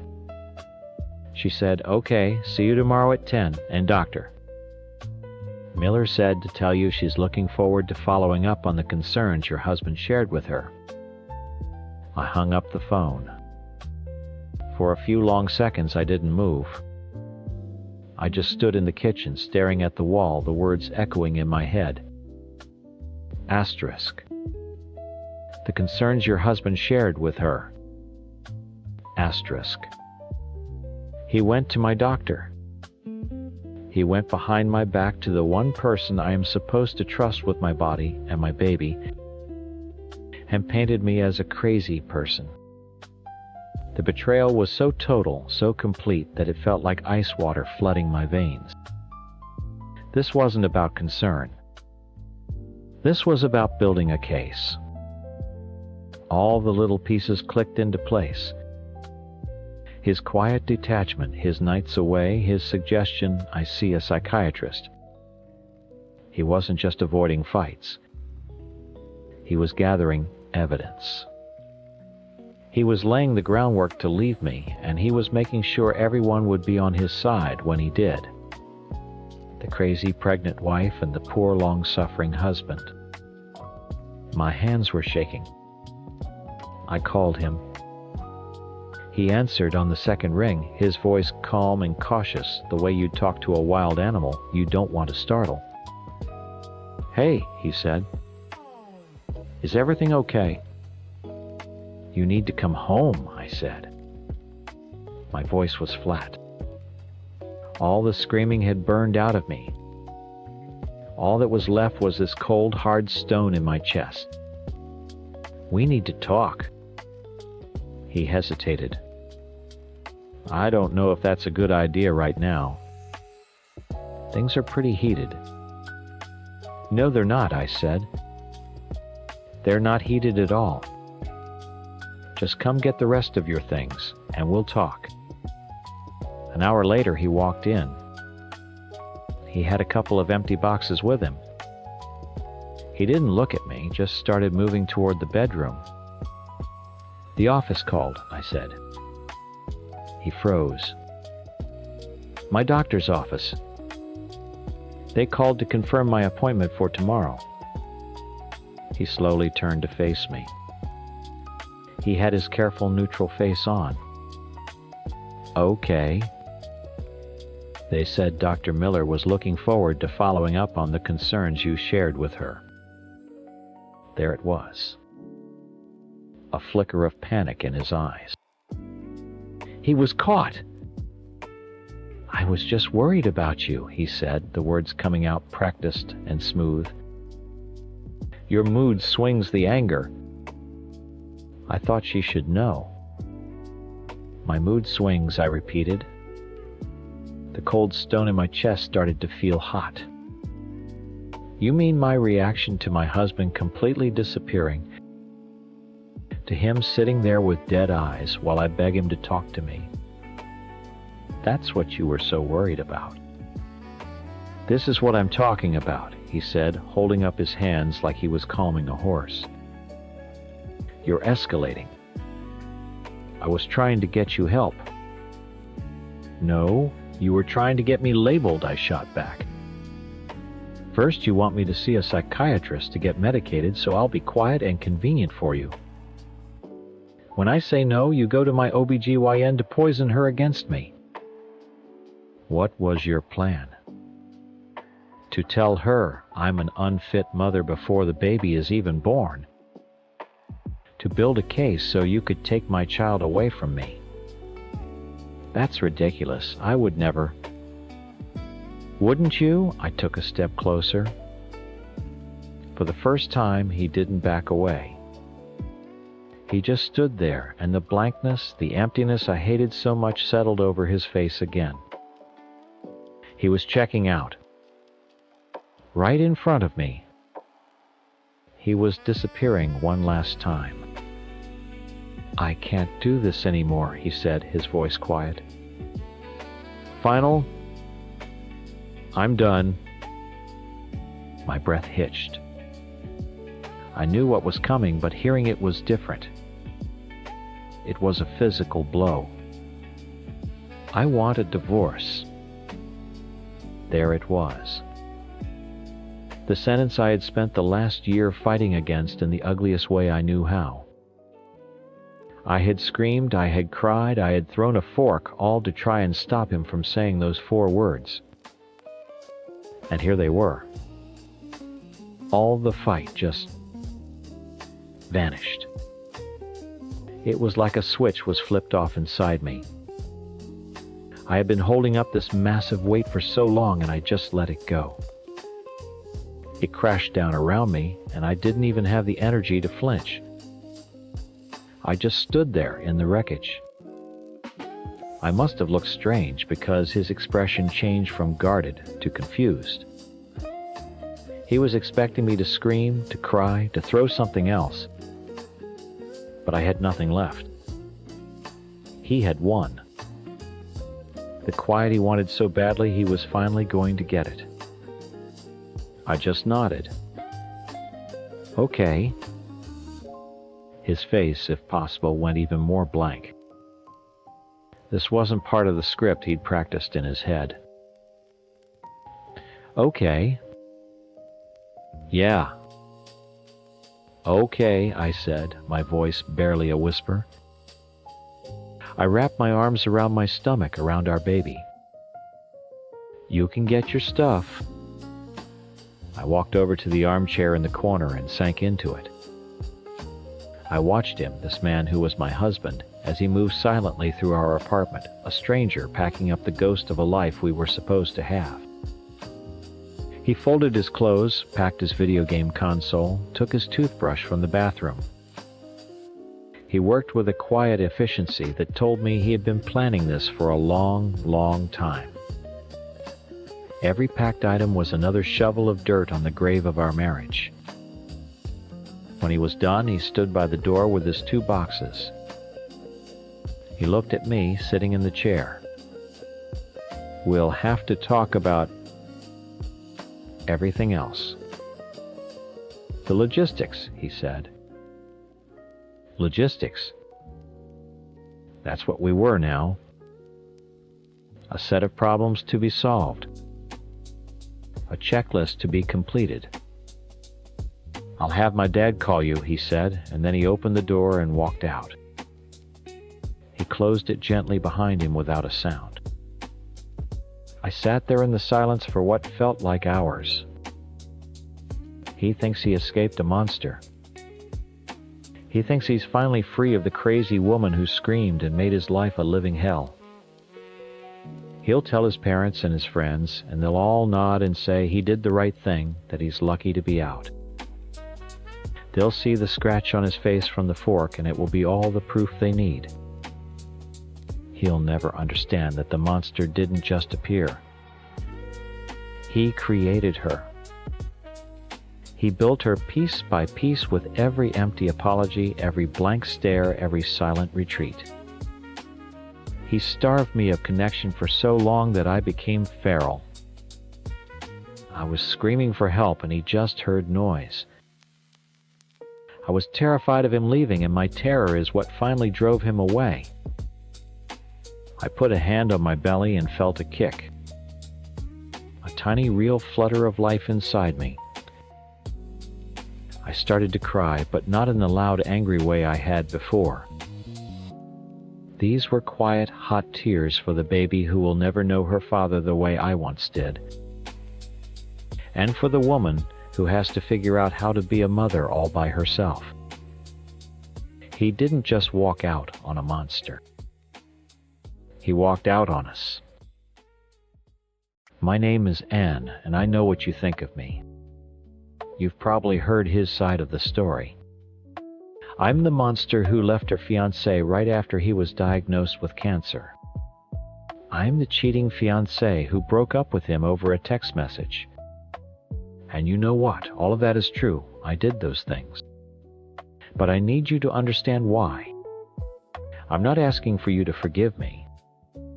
I just want you to know that before he had cancer, I was the one who was sick. I was the one whose future was already gone. My world started getting smaller the day a doctor with a kind face told me what was wrong with my legs, my hands, my brain. It was a progressive neurological disease. A long, slow slide into a wheelchair. That's what he told me. A thief that would take things from me one by one, starting with running and ending with, well, everything. Then I met him. And for the first time in a long time, it felt like my world was opening back up. He was a builder, strong and capable in all the ways I was starting to fail.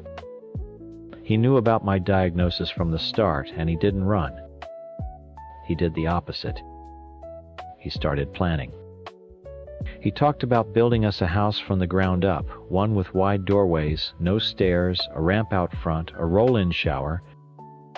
To most people that might sound grim. To me, it was the most beautiful, romantic thing I'd ever heard. It wasn't about the disease. It was a promise. It was him saying, I see the future, all of it, and I'm not scared. I'll be here with you. To get the money for our dream house, we needed to sell my current one. He owned a small construction business on the side, and he offered to do the renovations himself to get it market ready. It made perfect sense. He spent weeks there gutting the kitchen, redoing the bathroom, fixing the deck. He put in about $30,000 worth of work and materials. He was so careful about it, running everything through his company, giving me invoices for every box of nails, every sheet of drywall. He said it was important for taxes and permits to do it all by the book. I just nodded along. But I remember this one evening he put a contract in front of me. It stated that he would be paid back for the renovations in full when the house was sold. I just stared at it. Who has a contract with the person they're going to marry? A small, cold feeling crept into my stomach.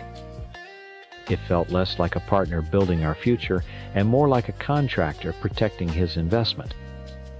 But I pushed that feeling down hard. I was the one who was sick. I was the one who was falling apart and needed help.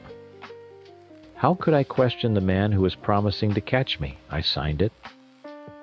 As my body started to betray me more, the little stumbles becoming more frequent, my lifelong friend became my escape. Let's call him Mark.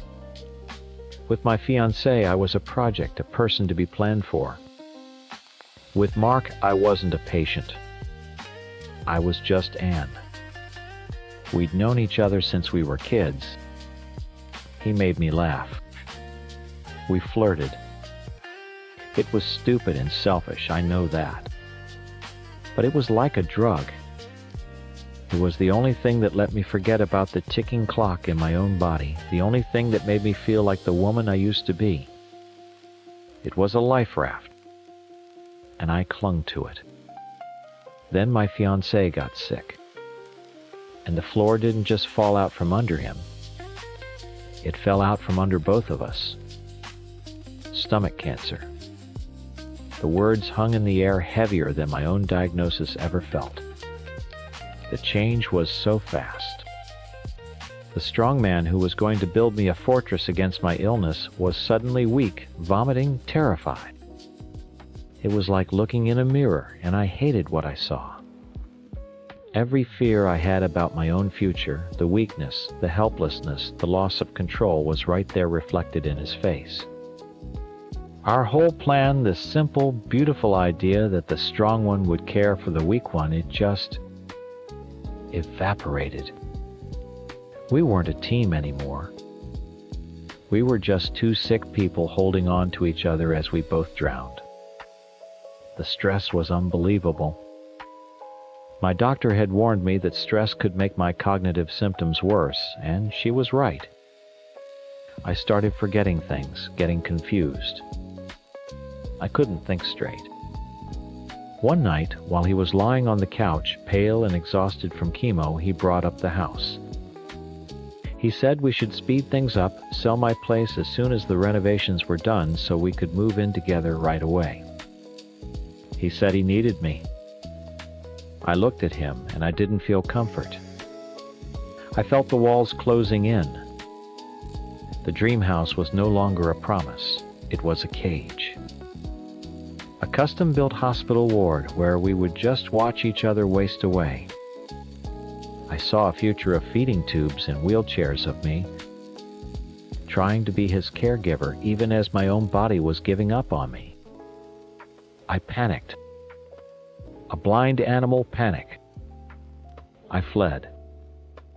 I went straight to the one place that felt normal, straight into Mark's arms. It wasn't a choice, not really. It was an escape. A pathetic, desperate attempt to outrun the reality that was waiting for me at home. I couldn't face him. I couldn't look into his eyes and tell him that his sickness terrified me, because it showed me my own future. So I sent the text. I know. It was the most cowardly thing I have ever done. I can't see myself taking care of someone this sick in the long term. I typed the words and my hands were shaking. Those words weren't just about him, they were about me. Asterisk. I am getting sick. I can't do this for you because I won't even be able to do it for myself. Asterisk. It was a cruel, selfish act of self-preservation. And I knew the second I hit send that I had just destroyed everything. A week later I saw his truck in my driveway. I hid in the back room until he was gone. He had left a few boxes of my things on the porch. I felt a strange, hollow sort of relief. It was over. The worst part was over. I was broken and alone, but I was free from that shared sick room. I thought I could finally breathe. I was so wrong. The worst wasn't over. It hadn't even begun. The real end came in a certified letter. My hands shook so badly I could barely sign for it. I thought maybe it was from his lawyer, something about the engagement ring. It was from his lawyer, but it wasn't about the ring. It was a formal notice of a lien being placed on my home. For the renovations. For the $30,000. That cold feeling I'd had when I signed that contract came rushing back, but this time it was an avalanche. The invoices, the careful tracking of every screw and every hour of labor, it wasn't for taxes. It was ammunition. He had been building a case against me from the start. Or, at the very least, he'd built himself an escape hatch. My heartbroken ex-fiancé, the man I was supposed to care for in sickness and in health, was now my creditor. The house sold a few months later. I had been counting on that money. The equity in my home wasn't just money, it was my future. It was the fund for my own in-home care, the down payment on an accessible apartment, the safety net for when my disease finally took my legs and my career. After his lien was paid, there was almost nothing left. He hadn't just filed for the $30,000. He added interest. And attorney's fees. He took everything. That contract wasn't a weird formality between lovers. It was a weapon, and he had waited for the perfect moment to use it. It turned out he was the one who never saw our lives as fully joined. He was the one who always had one foot out the door. The affair with Mark fell apart almost immediately. The fantasy couldn't survive the harsh reality of what I'd done and what was happening to me. Mark was my escape, but when my life became a real crisis, legal notices, financial ruin, a rapidly progressing illness, he couldn't handle it. The fun, flirty Anne was gone, replaced by a terrified woman who cried all the time. He faded away, and I was too exhausted to even care. I was completely, utterly alone. The stress did exactly what my doctors warned it would. It was like pouring gasoline on the fire of my illness. The stumbles became falls. The tingling in my hands became a permanent numbness that made it hard to type, to hold a pen, to do my job. I was fired 6 months after the house sold. They called it a restructuring, but we all knew the truth. I couldn't keep up anymore. I lost my job, my home, and my savings all in the same year. My fiancé, my health, my future, all gone. The irony was so cruel it felt like a joke. I ended up in that wheelchair we had planned for. But I wasn't in our beautiful, open-plan dream house with the wide doorways. I was living in my daughter's tiny guest room in a house full of stairs I couldn't manage and doorways so narrow I scraped my knuckles every time I went through them. He had promised to build me a haven, but his revenge left me a prisoner in someone else's home. Years passed. 5 of them. I learned to live my new life.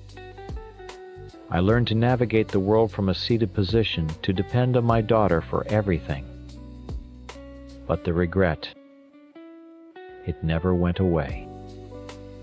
It was a physical weight I carried with me every single day. I replayed that text message in my head 1,000,000 times. I thought about all the other ways I could have handled it, the conversations we should have had. But I had been a coward, and this was my punishment. Then, one Tuesday afternoon, I saw him. I was in the grocery store trying to get a box of cereal off a high shelf. He walked around the corner pushing a cart. He looked good, healthy. The gaunt, sick man I remembered was gone. He had filled out, his color was back. He looked strong. He didn't see me at first. My heart hammered against my ribs. This was my chance. Maybe it was stupid, but I had to try. I needed to apologize. I needed him to know that my actions came from a place of terror, not malice. I rolled my chair toward him. "Hey," I said. My voice was small, shaky. He stopped and looked down at me. His eyes went from my face to the wheelchair and back to my face. There was no flicker of surprise, no sadness, no pity. Nothing. His expression was completely blank. I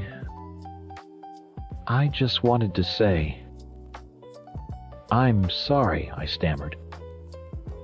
"For everything. What I did was unforgivable. I was so scared of my illness, of yours."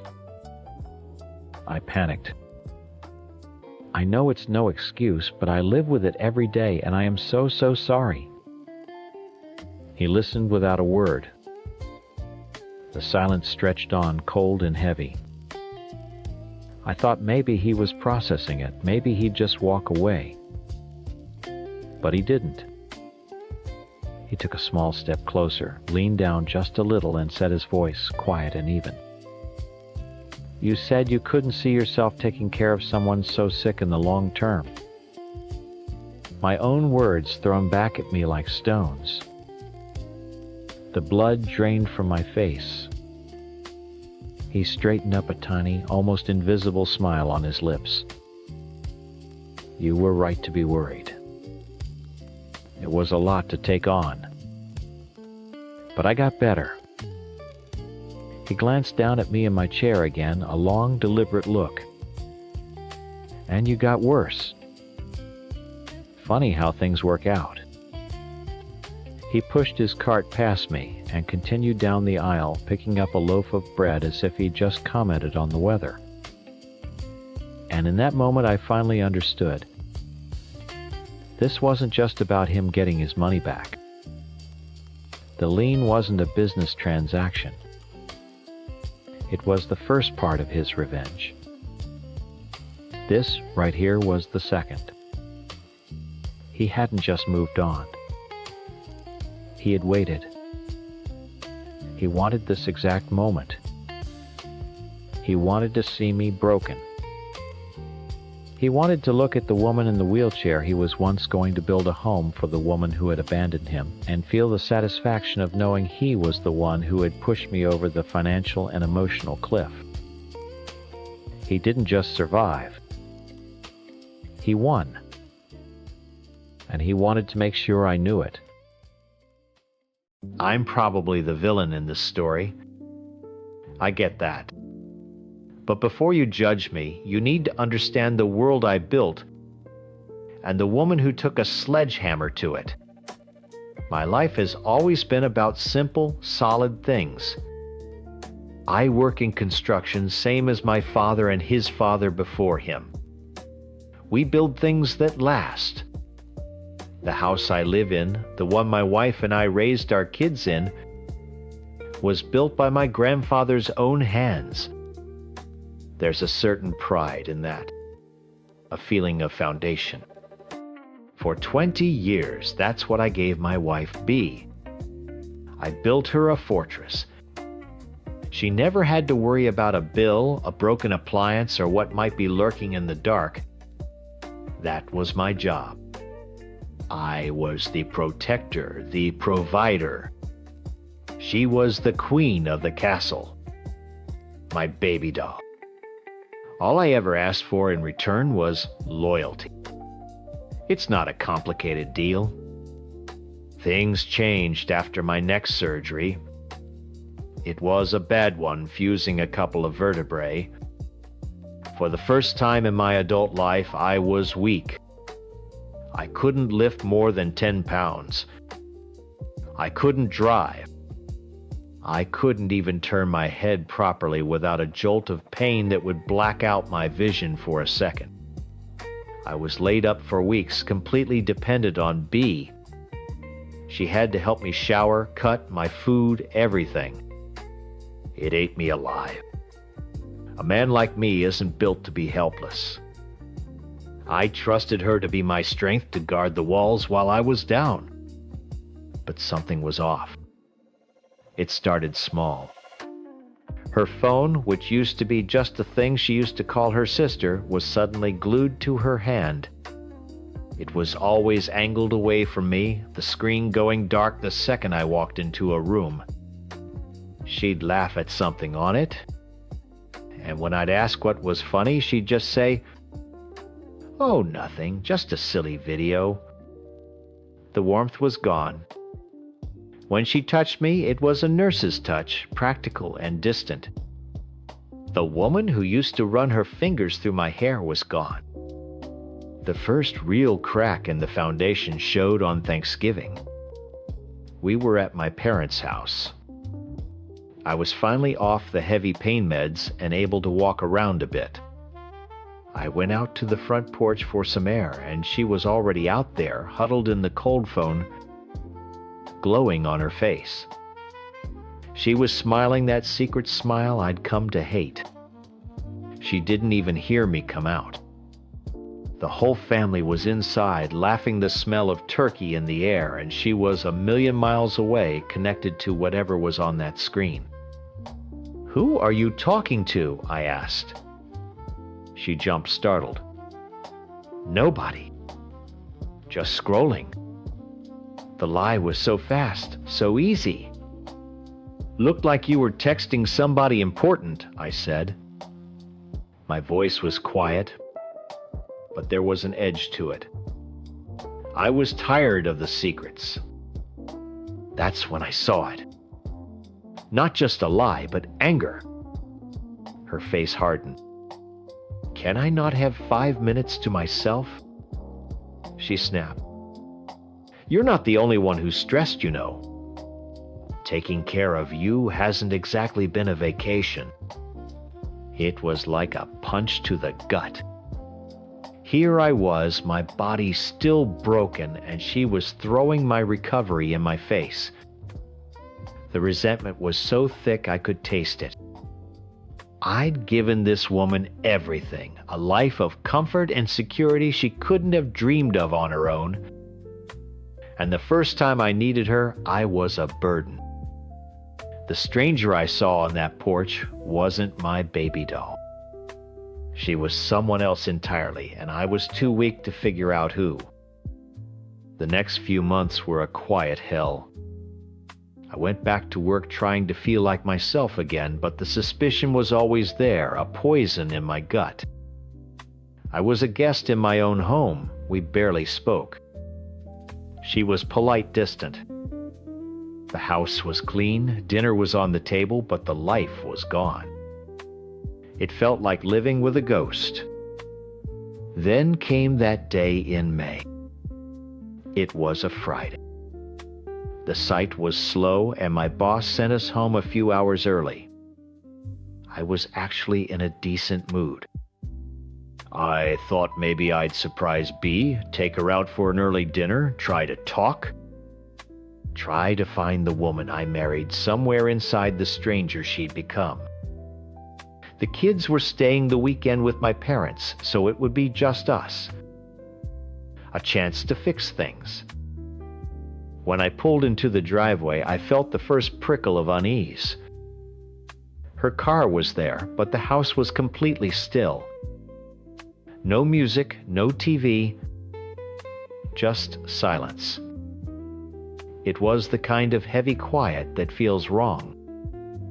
I walked in the front door, the one that never needs a key, because this is our home, our safe place. Bea, I called out. I'm home early.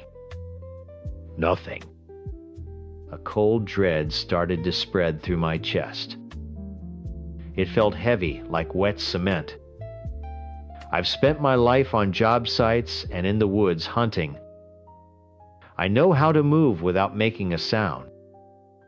I took the stairs, 2 at a time, my work boots, silent on the carpet. Halfway up, I froze. I heard it. It wasn't loud.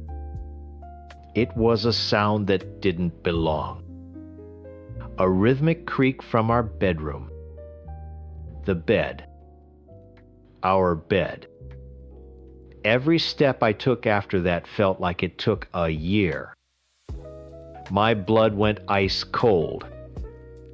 There was no rage, no panic. Just a strange, chilling clarity.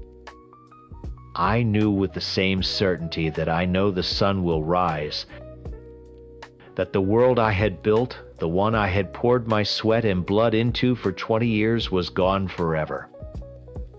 And I knew exactly what I was going to find behind that door. I pulled my phone from my pocket before my hand even touched the doorknob.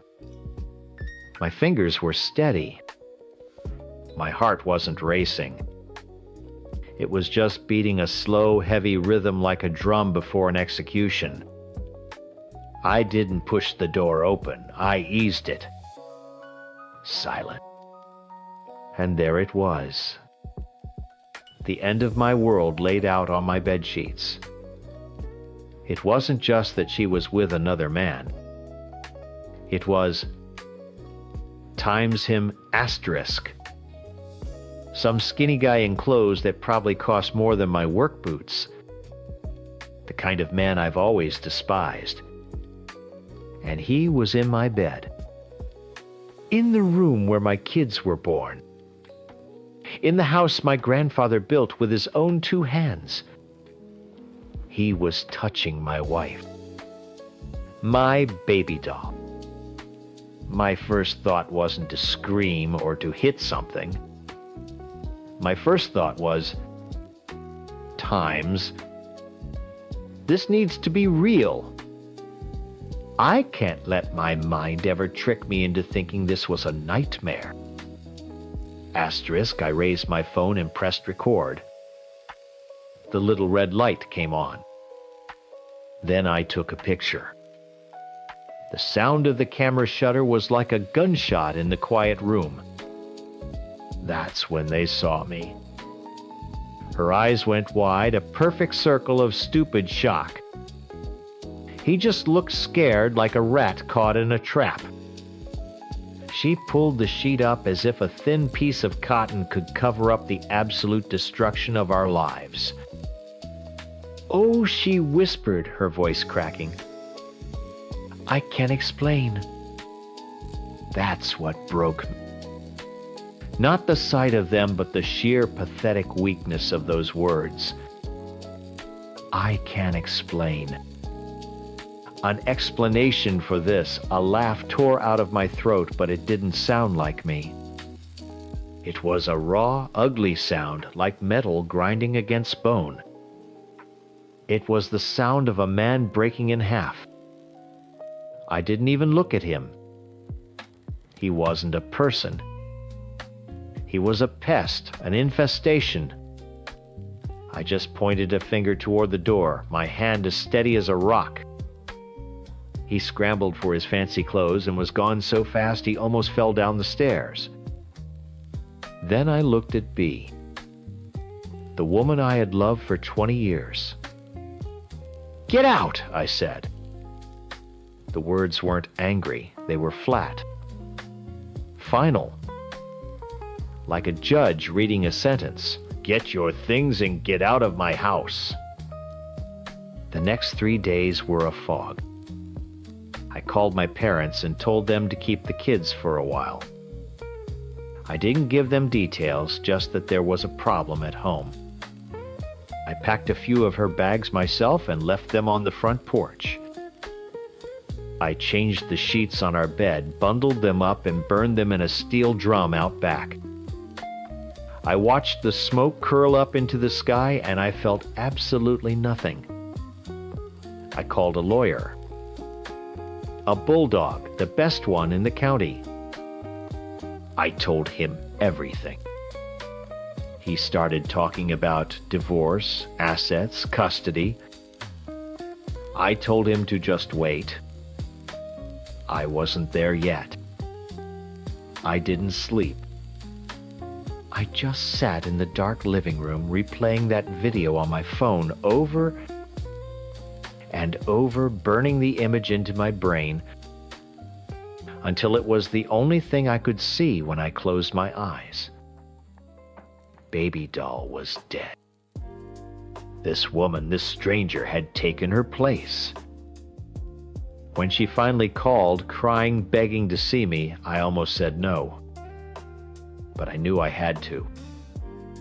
I had to look her in the eye and see what was left. We met at a cheap diner halfway between my house and the motel she was staying at. She looked awful. Red eyes, hair a mess. She started crying the second I sat down, saying how sorry she was, how it was a mistake. I held up my hand to stop her. "I don't care about your apologies," I said, my voice low and even. Words are cheap. They don't fix what's broken. I slid a piece of paper across the table. It was a list of conditions. It wasn't a negotiation. It was the price she had to pay to even be considered for a chance to re-enter the life she blew up. First, I said, you quit your job. Today, I don't want you within 100 miles of him, and I want that entire part of your life gone. She had to cut the rot out at the source. Second, you'll sign a postnuptial agreement. My lawyer drew it up. It states that this house, this land, and my business belong to me, my father, and my grandfather. It was mine before you, and it will be mine after you. You betrayed me in my home. You don't get to lay a claim to it. She just nodded, wiping her eyes. She hadn't even looked at the last condition. And third, I said, letting the words hang in the air, I get a hall pass. You brought another person into our bed. You broke the most basic rule. To make this work, the scales have to be balanced. It means that if I choose to, I can be with other women. No questions asked. Her head snapped up, her eyes wide with disbelief and pain. I saw a flicker of the old bee, the woman who would have fought back. But it died just as quickly as it came. This wasn't about sex for me. I didn't even want another woman. It was about power. She had taken my power, my pride, my manhood, all while I was lying helpless in bed recovering from surgery. This was about me taking it back.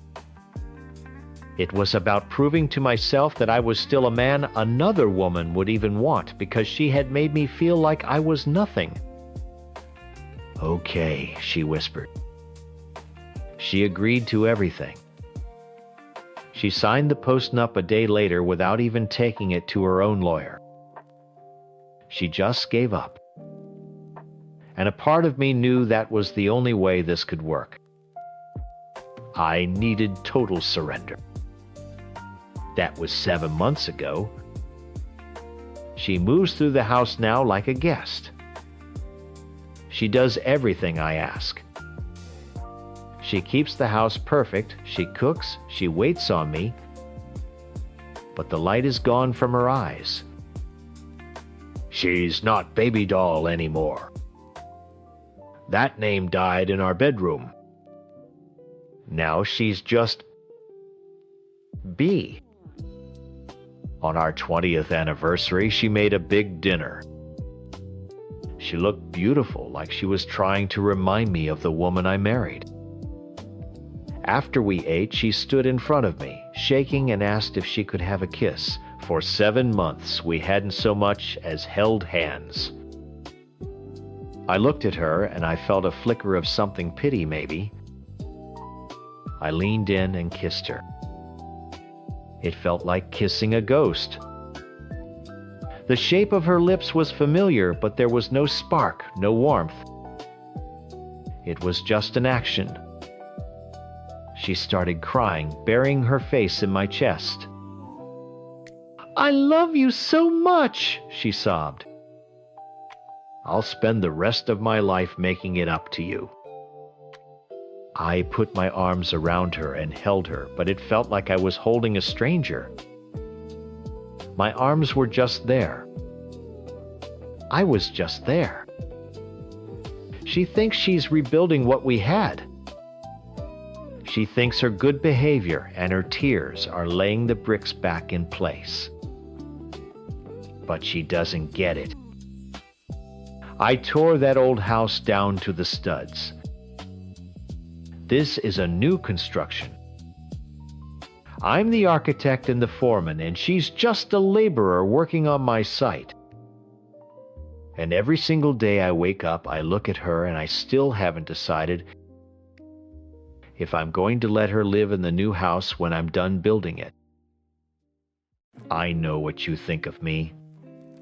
My daughter Chloe has probably told you the whole story, and she's probably made me sound like the worst person in the world. And maybe I am.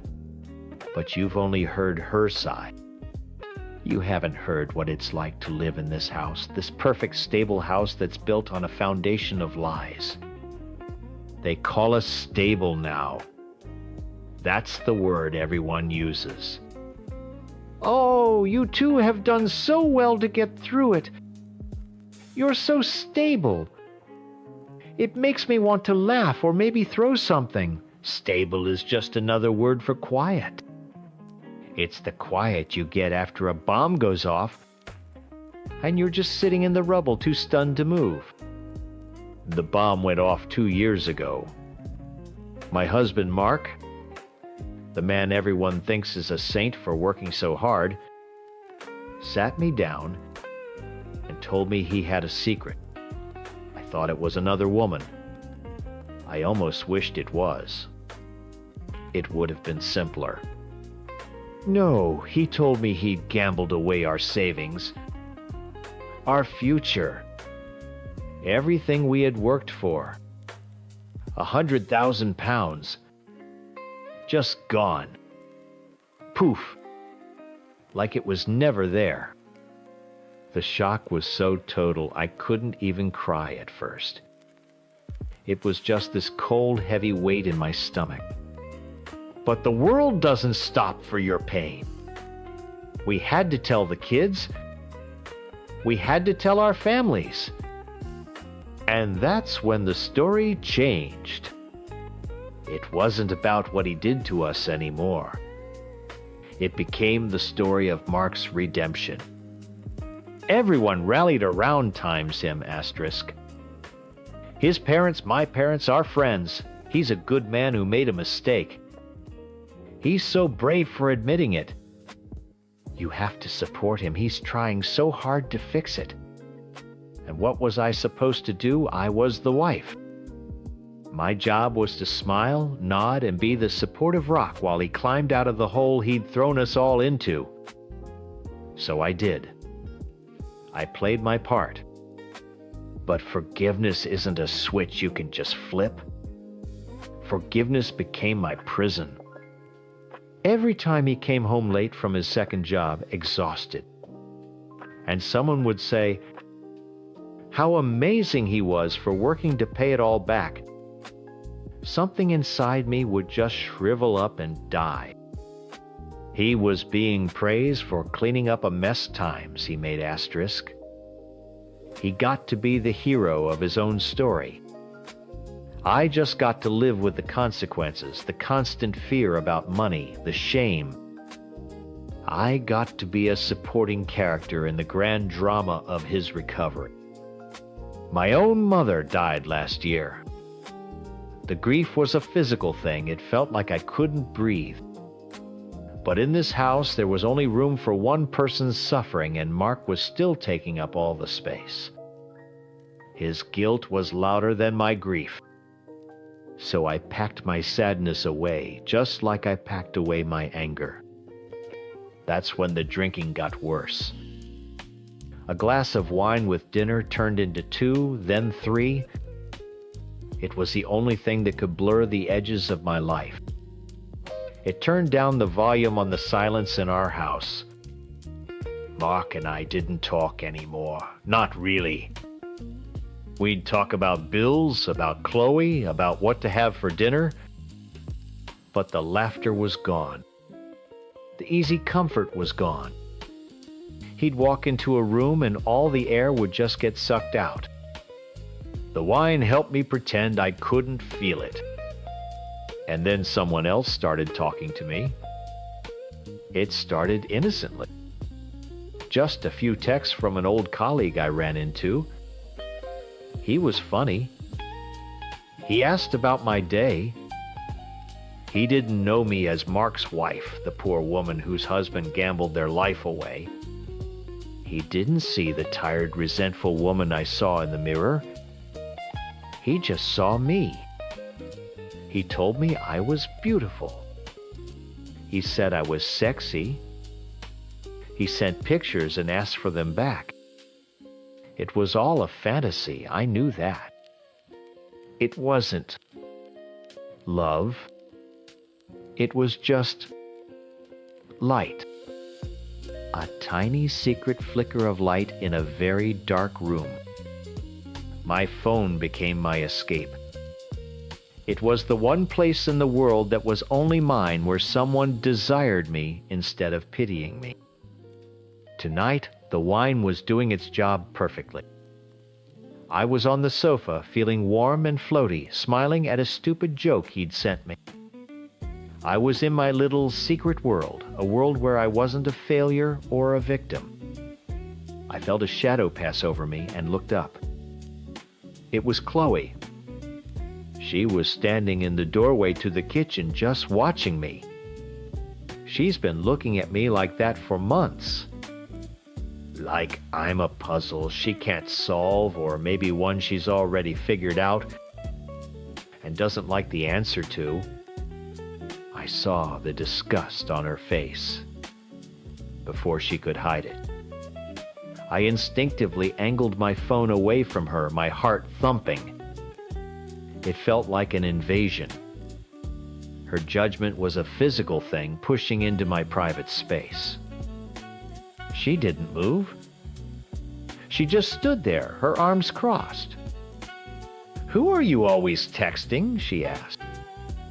Her voice was flat in accusation. My brain went completely blank. Panic, hot and sharp, shot through me. "No one," I said too quickly. "Just my therapist." A clumsy, stupid lie. I don't even have a therapist. She just stared at me, her eyes narrowed. She knew I was lying. She took a step closer. "Let me see then." "No," I said, my voice shaking. "It's private, Chloe. Get off my back." I tried to sound angry, but it came out as desperate. I clutched the phone tighter. This was mine. He had taken our money, our future. She wasn't going to take this from me, too. And then she did it. She moved so fast I didn't have time to react. She lunged forward and snatched the phone right out of my hands. A switch flipped. I saw red. It was a purely animal instinct. I scrambled off the sofa, grabbing for her arm for the phone. "Give it back," I yelled, my voice ragged. "Give it back to me right now." We stumbled a clumsy, ugly dance in the middle of the living room. I wasn't trying to hurt her. I was just trying to get my lifeline back. To protect the one small, selfish thing that made me feel alive. She was stronger. She shoved me back and I tripped over the rug, catching myself on the armchair. She stood there, panting, phone in her hand. Her back was to me. I was frozen, my breath caught in my throat, watching the straight, unforgiving line of her shoulders. I waited for her to turn around to scream at me. But she didn't. She just lifted the phone, her thumb moving across the screen that was still lit up from my last message. I saw her sharp intake of breath. Her whole body went rigid. I couldn't see her face, but I didn't need to. I knew in that gut-wrenching, world-ending moment that she was seeing it all. The texts, the names he called me, the photos. My secret was no longer mine. The silence in the room was so loud it felt like my ears were ringing. It couldn't have been more than a few seconds, but it stretched on forever. I watched her shoulders, how they shook just once. Then she slowly turned around. The look on her face, it wasn't just anger. It was disgust. It was the same look I'd seen her give Mark just once, right after he told us about the gambling. A look that said times, "I don't even know who you are anymore." Asterisk. "Mom." Her voice was a whisper. It cracked. "What is this? Who is this?" She held the phone out, like it was a dead thing she'd found. I couldn't speak. The whine, the panic, the shame, it was all a thick sludge in my throat. I just stared at her, my mind screaming for the right words, but nothing came out. And then the performance started. Her face crumpled. A huge theatrical sob ripped out of her, the kind that's meant to be heard. She clutched her stomach as if she'd been physically wounded. "How could you?" she wailed, her voice rising with every word. "How could you do this to Dad? After everything times he's done to fix this family." She was choosing a side. Right there in that moment. She wasn't my daughter horrified for her mother. She was his defender accusing me. And something inside me, something that had been quietly rotting for 2 years, finally snapped. Him, I practically spat the word. "You're worried about times him, asterisk. He's been killing himself, working 2 jobs for us," she screamed back, tears streaming down her face. "To pay back the money he times lost," I screamed right back, finally finding my voice. It was raw, ugly. "The money he stole from us, from you and me? Don't you dare stand there and act like he's a saint." She just shook her head, sobbing, looking at me like I was a monster. She didn't hear a word I said. She didn't want to. It was easier to have one good guy and one bad guy. And I just made it very easy for her to decide who was who. She turned and ran out of the living room. Not to her bedroom. No, she ran straight to the study where Mark was on his laptop, probably working through the accounts playing the martyr. I heard her burst in, heard her choked sobs. Dad, you have to see this." That was it. The final betrayal. She took my one secret, my one ugly little escape, and she handed it directly to the man who created the prison I was trying to escape from. She didn't just expose me. She sacrificed me to protect him. All those years of bedtime, stories, packed lunches, scraped knees, all of it meant nothing. I was the enemy now. I followed her. I don't even know what I was planning to do. Mark was standing up, his face pale and confused Chloe, shoving my phone into his hands. He looked from the phone to me, his expression unreadable. Not angry, just hollow. All the fight went out of me. But then Chloe turned to me again, her face righteous and furious. "You're disgusting," she said, her voice dripping with poison. The anger came back hot and wild. It was pure hurt. "Get out of my face," I slurred the words, thick with wine and rage. "You're such an a-hole, you know that." "What is wrong with you?" she cried. F off, Chloe. Just F off and leave me alone, I pointed a shaking finger at her. You have no idea what you've just done? She flinched like I'd hit her. Mark finally spoke, his voice quiet and dead. Go to your room, Chloe. He didn't look at me. He just kept staring at the phone screen, at the proof of what I was. I turned and walked away. I went to the kitchen and poured another glass of wine. My hands shaking so badly, some of it sloshed onto the counter. I didn't care.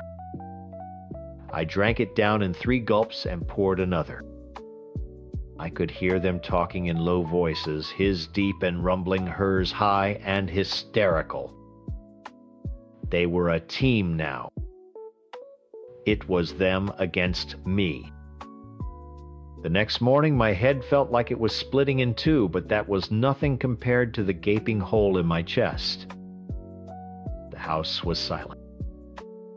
Not the usual quiet, but a heavy, deliberate silence. I found Chloe in the kitchen making toast her back to me. She moved with a stiff, deliberate anger. I had to try. I had to make her understand. "Chloe," I said, my voice hoarse. She didn't turn around. "Can we please talk?" She kept buttering her toast. "There's nothing to talk about." "Yes, there is." I took a step closer. My heart was pounding. What I did was wrong, I know that. But I need you to understand why. I was begging. You know what betrayal feels like. You remember. You remember how you felt when your dad told us about the gambling?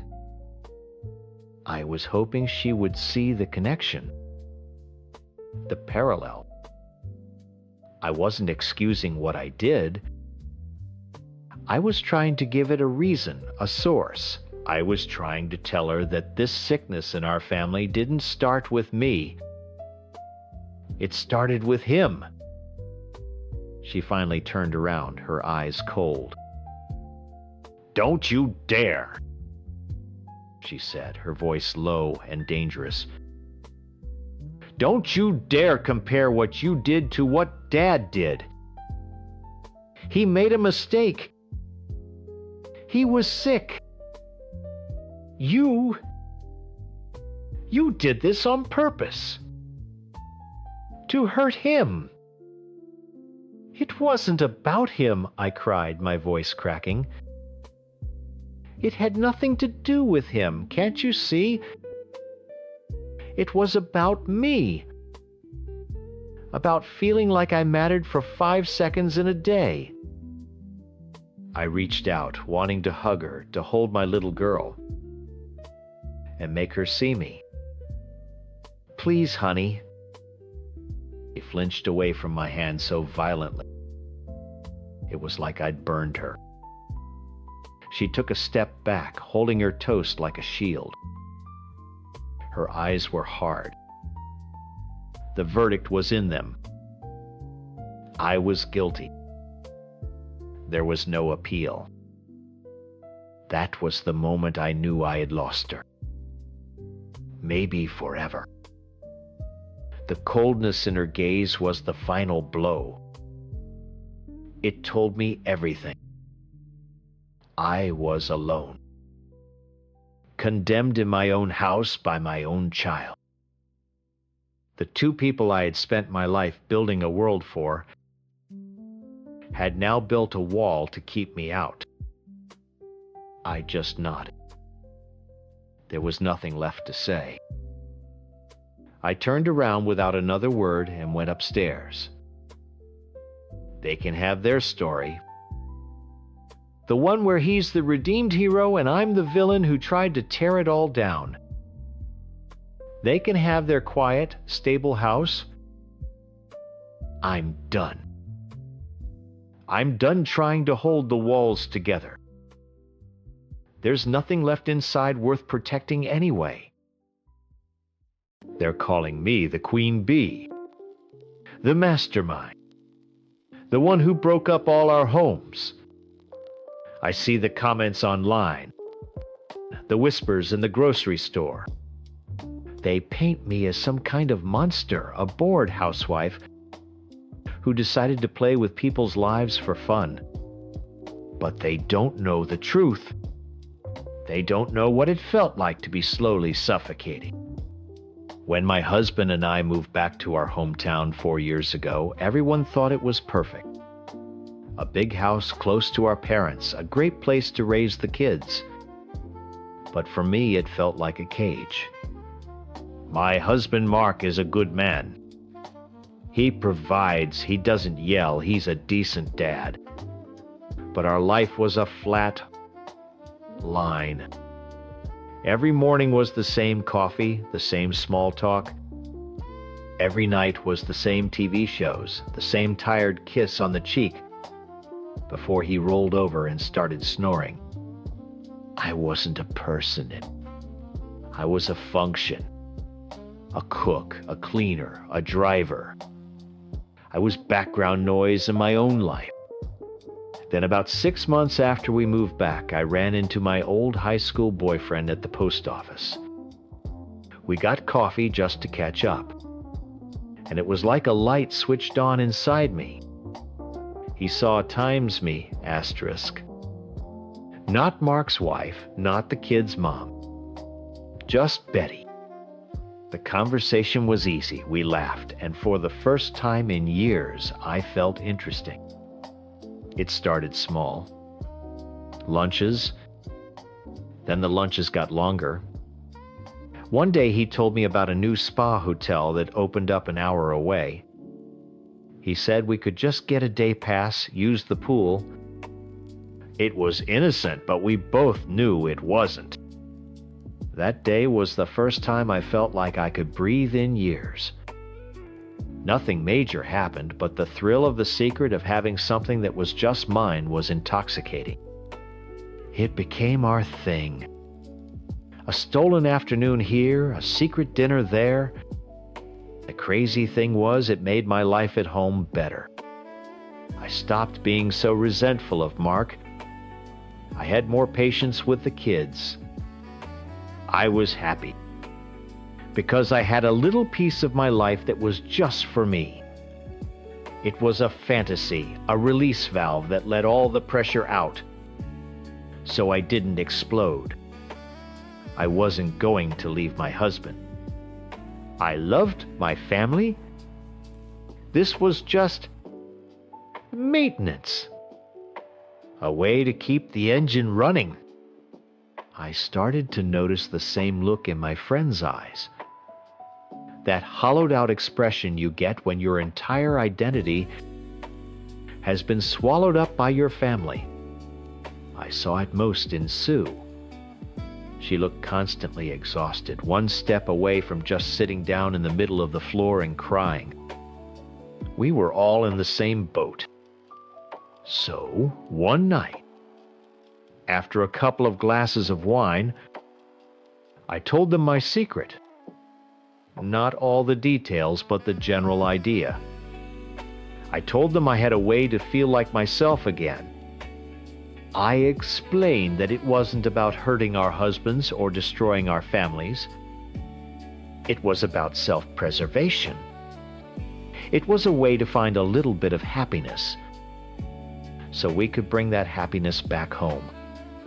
I thought I was giving them a gift, a key, to unlock their own cages. A few of the girls got it immediately. They understood it was about a feeling, not about a man. Soon it became our secret club. We'd cover for each other. Oh, she's with me at the mall. We shared stories not in a gossipy way, but like we were sharing battle plans for our own survival. It worked. We were all better for it. When Sue told me she'd started seeing Frank, a guy she knew from work, I was thrilled for her. She was smiling again. She had a spark back in her eyes. I thought finally she gets it.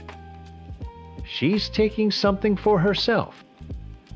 My only rule, the one I repeated over and over, was, be smart. Don't get emotional. Don't get sloppy. This isn't a fairy tale romance. It's a tool. You use it carefully, and you put it away when you're done. But Sue got sloppy. Frank was a terrible choice. He was connected to our social circle. Too many people knew him. And then she did the dumbest thing imaginable. She got a hotel room in our city, not an hour away. 10 minutes from her own house. It was reckless. It was amateur. The phone call came from another friend in our group. Her voice was shaking. Sue's husband found them. He burst into the room. My first feeling wasn't sympathy. It was white-hot anger. She broke the code.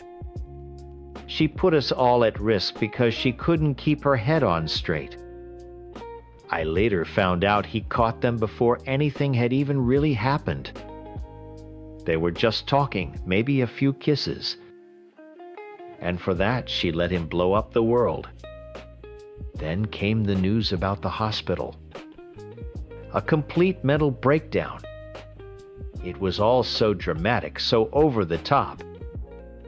Instead of managing the situation, owning her mistake, and controlling the damage, she just fell apart.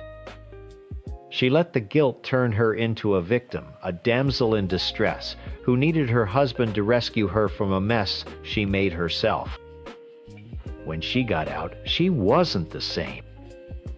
It was like her husband had spent her entire hospital stay reprogramming her.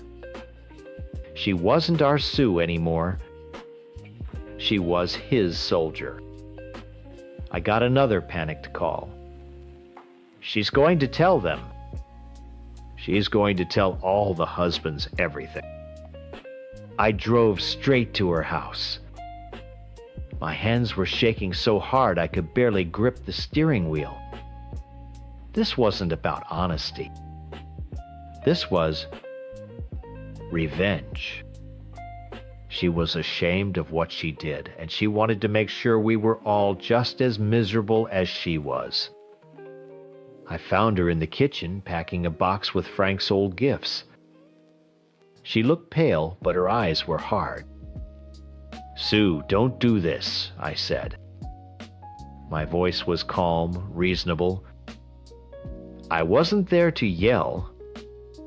I was there to talk her down. You made a mistake. A small one. You don't have to burn down the whole village to put out the fire in your own house. She just stared at me. Tell your husband what you need to, I said, leaning forward. But tell my husband a light version. Just say we went out for drinks sometimes, that we complained about our marriages. You don't have to destroy my family to save your own. That's not what friends do. We protect each other. From the corner of my eye, I could see her husband's shadow in the hallway. He was listening to every word. Sue looked at me, then looked towards the shadow, and a decision settled on her face. No, Betty, she said, her voice flat. He deserves to know the whole truth. They all do. She chose him. She threw all of us into the fire to prove her loyalty to the man she had just betrayed. I walked out of that house knowing my life was over. She wasn't just a friend who got caught. She was an informant. I've been waiting for 2 days. Every time the phone rings, my heart stops. Every time I see Mark's car headlights sweep across the living room window, I feel sick. He just got home from work. I can hear his keys jangling as he puts them in the little bowl by the door. He's walking down the hall now. He stopped outside the kitchen. He knows. He must know. He stepped into the kitchen, not looking at me, but at the counter. A kid's drawing stuck to the fridge, the grocery list I'd written that morning. His movements were slow, deliberate. He took off his watch and placed it by the sink. It was the same thing he did every single night, and the routine of it felt like a punch to the gut. Sue's husband called me at work today, he said. His voice was completely flat. No anger, no emotion, just a statement of fact. It was so much worse than yelling. He told me quite a story, Betty. I opened my mouth to say something, anything. To spin it, to soften it, to manage it. But what could I say? I'd already rehearsed the light version in my head 100 times, but Sue had taken that option away from me. Mark, we need to talk, I started, my own voice sounding weak and pathetic. No, he said, finally turning to look at me. His eyes were empty. I had spent years feeling invisible, and now being truly seen by him was terrifying. There's nothing to talk about. He told me everything. He had names, places. For 4 years. He shook his head, a small, tired movement. 4 years you've been living this other life while I was? What, paying the mortgage, coaching Little League? It wasn't like that, I pleaded. It didn't mean anything. It was just something for me. I was so unhappy, Mark. I felt like I was disappearing. For the first time, a flicker of something crossed his face. It was a raw, wounded anger. You were unhappy. You felt like you were disappearing. Did you ever think to tell me that? Did you ever once come to me and say, Mark, I feel lonely? Or was it just easier to go find some ghost from high school to make you feel special? He knew the name. Of course he knew the name. Sue had given him a full manifest of our sins. She'd left nothing out.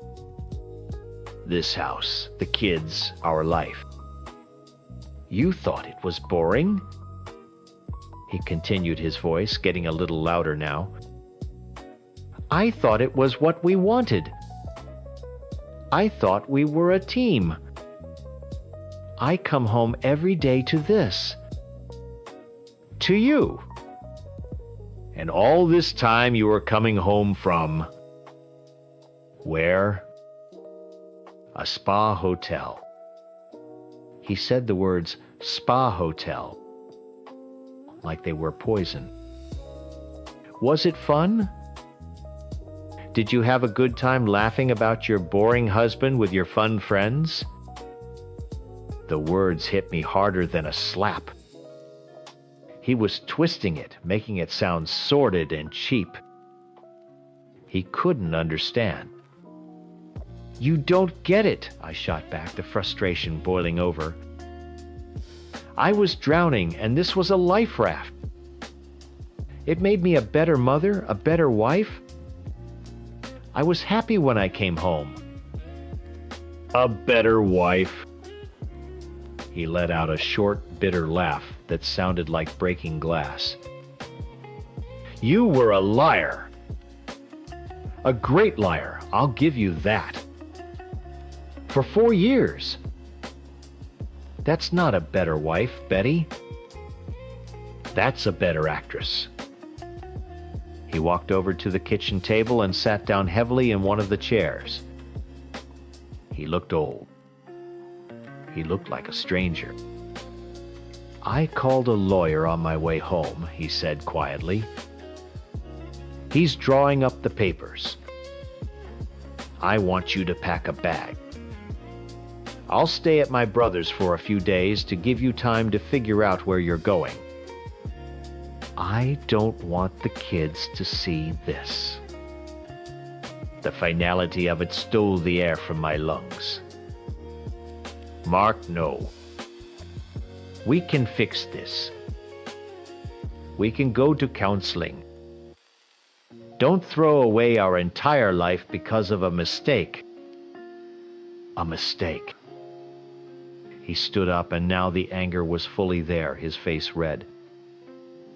A mistake is forgetting to pick up milk. A mistake is bouncing a check. What you did, what you all did, was a conspiracy. You built a whole secret society based on lies and betrayal. And you were the queen? That's what he called you. The queen bee. There it was. The brand Sue had seared onto my forehead. I couldn't defend myself against it. To him, I wasn't his wife anymore. I was a cartoon villain. I was the mastermind who ruined everyone's lives. He walked past me and went upstairs. I stood alone in the kitchen, listening to the sounds of him opening drawers, the rustle of clothes. He was packing. Not me. He was leaving tonight. The house was suddenly huge and silent. The life I had resented for being so predictable was gone, and all I felt was a terrifying cold emptiness. I packed a small overnight bag in a daze. I didn't cry. I felt numb, like I was watching a movie about someone else. As I was walking out the door, my phone buzzed. It was a text from one of the other girls, Karen. Asterisk. My husband knows. He's kicking me out. This is all your fault. Asterisk. Another one came in right after from Lisa. Asterisk. Sue is a traitor and you are a fool. You ruined us. Asterisk. The club was officially disbanded. The women I had tried to liberate were now just a firing squad, and I was their only target. I drove to the only place I could think of, a cheap motel off the highway with a flickering neon sign. The room smelled like stale smoke and sadness. I sat on the edge of the stiff bed, the ugly floral bedspread scratching my legs. This was my new freedom. Not a spa day and a long lunch, but a lonely room with thin walls and a view of a parking lot. I thought I was being smart. I thought I had found a way to have it all, to balance the suffocating reality with a little bit of fantasy. I wasn't trying to hurt anyone. I was just trying to survive. My only real mistake was trusting someone as weak as Sue. She couldn't handle the pressure. When her little fantasy world blew up, she decided to take a torch to everyone else's. She confessed to save her own marriage, to cleanse her own guilt, and she sacrificed 3 other families to do it. People will say I got what I deserved. That my husband was right to leave me, that my friends are right to blame me. Maybe they are. But as I sit here in the buzzing silence of this awful room, I can't help but think that I didn't ask for this. I just wanted to breathe. I opened a window for a little fresh air. And Sue decided to burn the whole house to the ground with all of us still inside. She didn't just get caught. She took a plea deal and turned state's evidence on the rest of us. And now I'm here, free from my cage at last, with absolutely nothing left. My husband thinks I don't see the way he looks at me anymore. He's wrong. I see everything. I see the way his eyes skim over me instead of settling. I see the quick, tight smile he gives me when I get dressed. A smile that says, "Good effort," instead of, "You're beautiful." Most of all, I see the way he looks at his sister and then back at me. It's in that split-second comparison that I feel myself disappear. We had our babies around the same time. Our beautiful, perfect daughter arrived in March, and his sister's little boy came in April. I'm 38. This was my miracle baby, the one I'd waited my whole life for. His sister is 21. For her it was an oops, but a happy one, of course, because her life is one long, happy accident. And that's where the problem started. She didn't just bounce back. It's like the baby was never there. A flat stomach, tiny waist, not a single stretch mark. She paraded around in a crop top at the family barbecue 6 weeks postpartum. 6 weeks. I was still wearing adult diapers and wincing every time I sat down. My husband Mark started getting obsessed. He'd scroll through her Instagram showing me pictures. "Look at Chloe, isn't she amazing?" he'd say. And it felt like a knife twisting. Amazing. Yes, she's amazing. It's also amazing what you can achieve when your parents pay for a full-time nanny, a personal chef who specializes in postpartum nutrition, and a trainer who comes to your house 3 times a week. I don't have any of that. I have a baby who won't sleep unless she's on my chest. A C-section scar that still aches and a hunger that feels like a black hole in my stomach from breastfeeding around the clock. The worst part is I gave him the ammunition he's using against me now. One night I broke down. I was exhausted hormonal, and I just spent 10 minutes trying to zip up a pair of my old jeans and failing.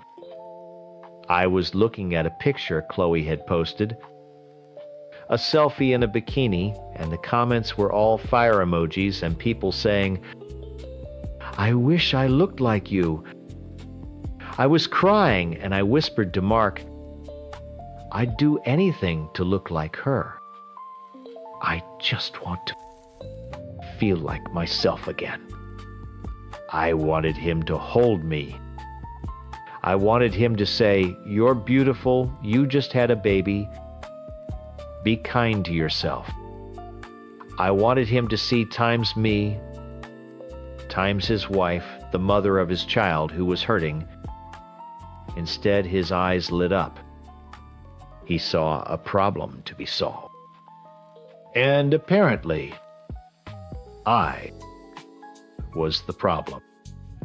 He went into what I call his fix-it mode. The next day he called Chloe.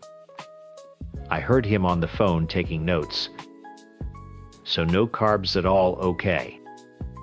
And processed foods, got it. Lots of vegetables. He came into the living room looking like he'd discovered the cure for cancer. "I've got the plan," he announced proudly. "We're going to do this. I'm going to help you." His help was a new kind of hell. He started watching everything I ate. If I reached for a cracker, he'd say, "Is that on Chloe's plan?" He'd make these huge, disgusting vegetable smoothies for breakfast that I had to choke down. He threw out the granola bars I kept by the bed for middle-of-the-night feeding sessions because they had too much sugar. My own home started to feel like a fat camp run by a drill sergeant who used to love me. I tried to explain to him that I'm breastfeeding, that I'm hungry all the time. I need calories. I need energy. I can't live on steamed kale and grilled chicken. He just waved it off. "Chloe's breastfeeding too, and she's not eating junk," he said. I wanted to scream that Chloe also gets 8 hours of uninterrupted sleep and has someone else cook her perfectly balanced, calorie-dense, and nutritious meals. I just get whatever I can grab with one hand while holding a screaming baby. Yesterday was the breaking point. He told me he'd take care of the groceries from now on to remove the temptation. I knew what that meant. Our fridge would become a green and beige prison of health foods I didn't have the time or energy to cook. So while he was at the gym, I took the baby and I went to the store myself. It felt like an act of rebellion. I bought the things that felt like home. A loaf of sourdough bread for toast in the morning, a box of pasta, and a jar of sauce for a 10-minute dinner. I even bought a bag of chocolate-covered pretzels, my one weakness. I wasn't planning on eating the whole bag. I just wanted to know it was there. I wanted one thing in my life that was just for me. One little piece of comfort that wasn't up for debate. I came home and hid the pretzels in the back of the pantry. I left the other groceries on the counter and went to put the baby down for her nap. She actually went down without a fight for once. It felt like a sign. A small victory. I walked back to the kitchen, my mouth already watering for a piece of toast, thick with butter. It was the only thing I'd been looking forward to all day. The first thing I noticed was the smell. A weird, savory, boiling vegetable smell. Mark was standing at the stove, stirring a big pot, his back to me. He was in his workout clothes, sweat still glistening on his neck. He turned around and gave me that bright problem solver smile. "Hey, honey. Just making us a healthy soup for dinner?" My eyes went to the counter where I'd left the grocery bag. It was gone. All of it. The bread, the pasta, the sauce. A cold dread started to creep up my spine. I walked over to the pantry and opened it. I pushed aside the quinoa and the cans of chickpeas. The back of the shelf was empty. My pretzels were gone too. I stood there for a moment, the pantry door open, just staring at the empty space where my little bit of happiness used to be. I took a slow breath and turned around to face him. He was still smiling, completely oblivious, like a hero waiting for his medal. I held out the spoon, offering her a taste of the soup. "I'm helping you. This is what you wanted, remember? You said you'd do anything to be like Chloe."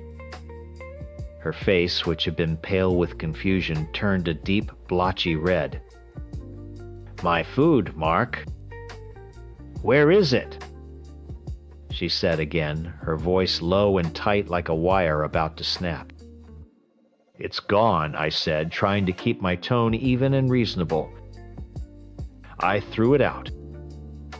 We can't have that stuff in the house if we're serious about this. It's temptation." "You were sabotaging yourself the minute I turned my back." That's when the screaming started. It was like a dam breaking. Not just yelling, but this raw, guttural sound that didn't even seem like it could come from her. "I'm breastfeeding!" she shrieked, her hands flying up to her head. "I need to eat. I'm hungry all the time." That was my food. I put the spoon down, my frustration starting to boil over. Logic wasn't working. Chloe is breastfeeding too, and she's not eating bags of pretzels. It's an excuse. "Chloe has a cook!" she screamed back, tears now streaming down her face.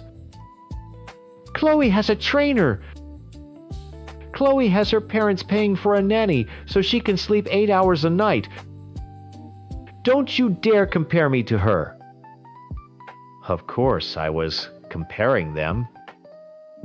How else do you measure success? You take a goal, you look at the person who achieved it, and you replicate the steps. It's simple. It's efficient. "This isn't about her cook or her trainer," I said, raising my voice to be heard over her crying. "This is about simple choices.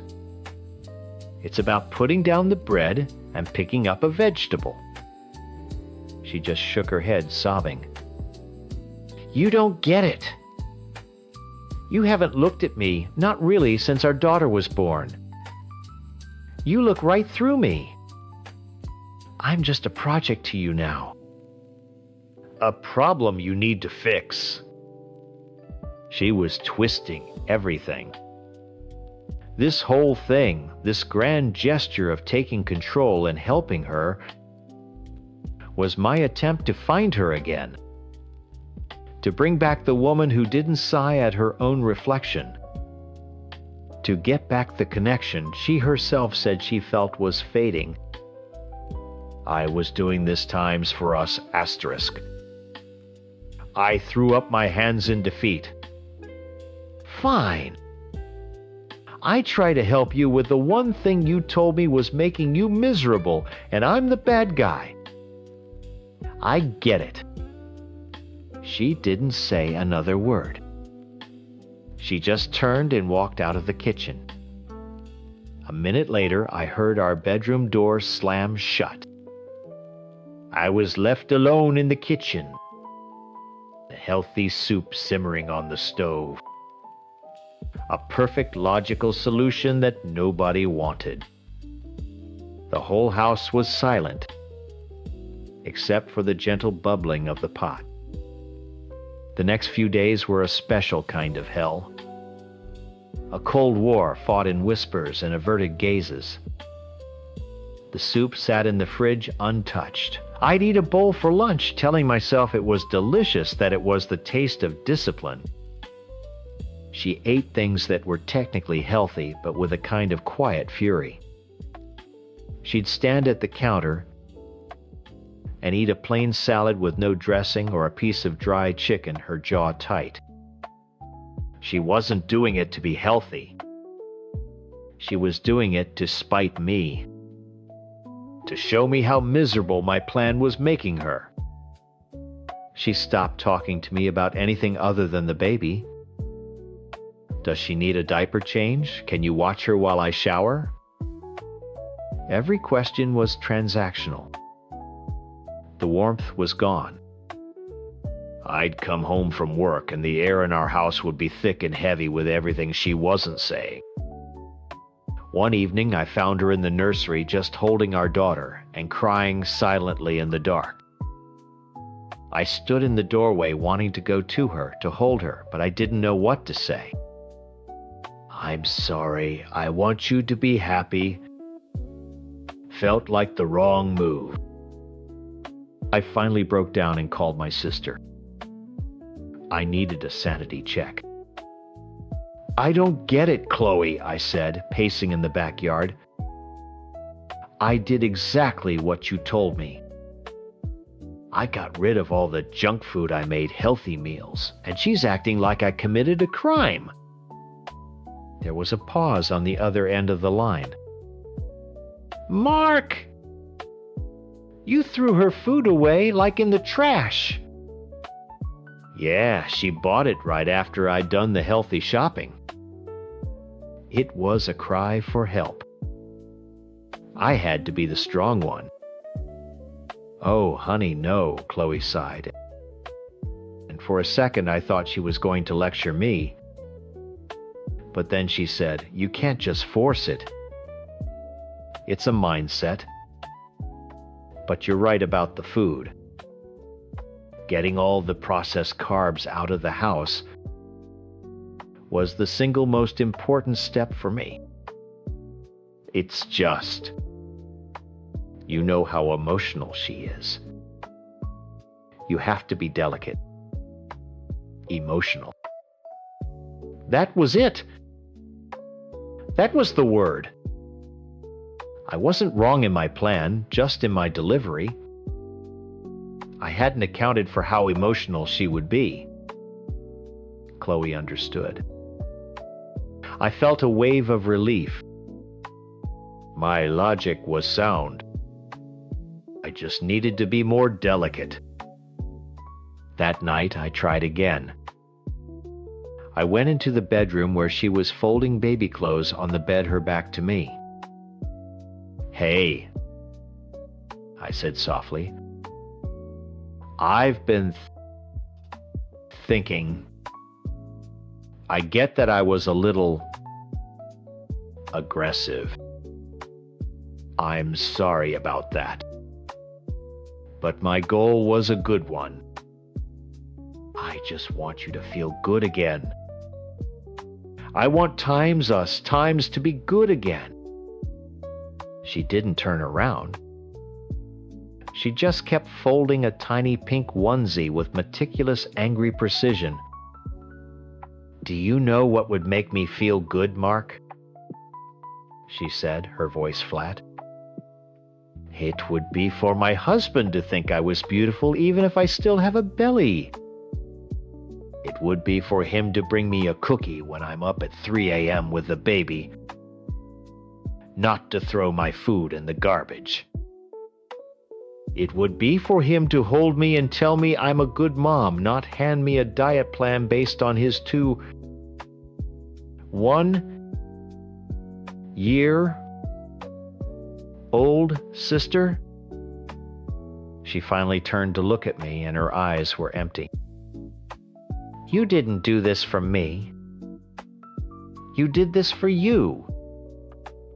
You don't like how I look, and you thought you could fix me. I opened my mouth to argue, to explain that he was wrong, that she had it all backwards. But no words came out, because in that moment, she didn't look like my wife. She looked like a stranger, a sad, tired stranger who was convinced I was her enemy. And I had no idea how to solve that. I had the blueprint, the plan, the perfect solution, and she just refused to see it. What are you supposed to do when someone you love doesn't want to be fixed?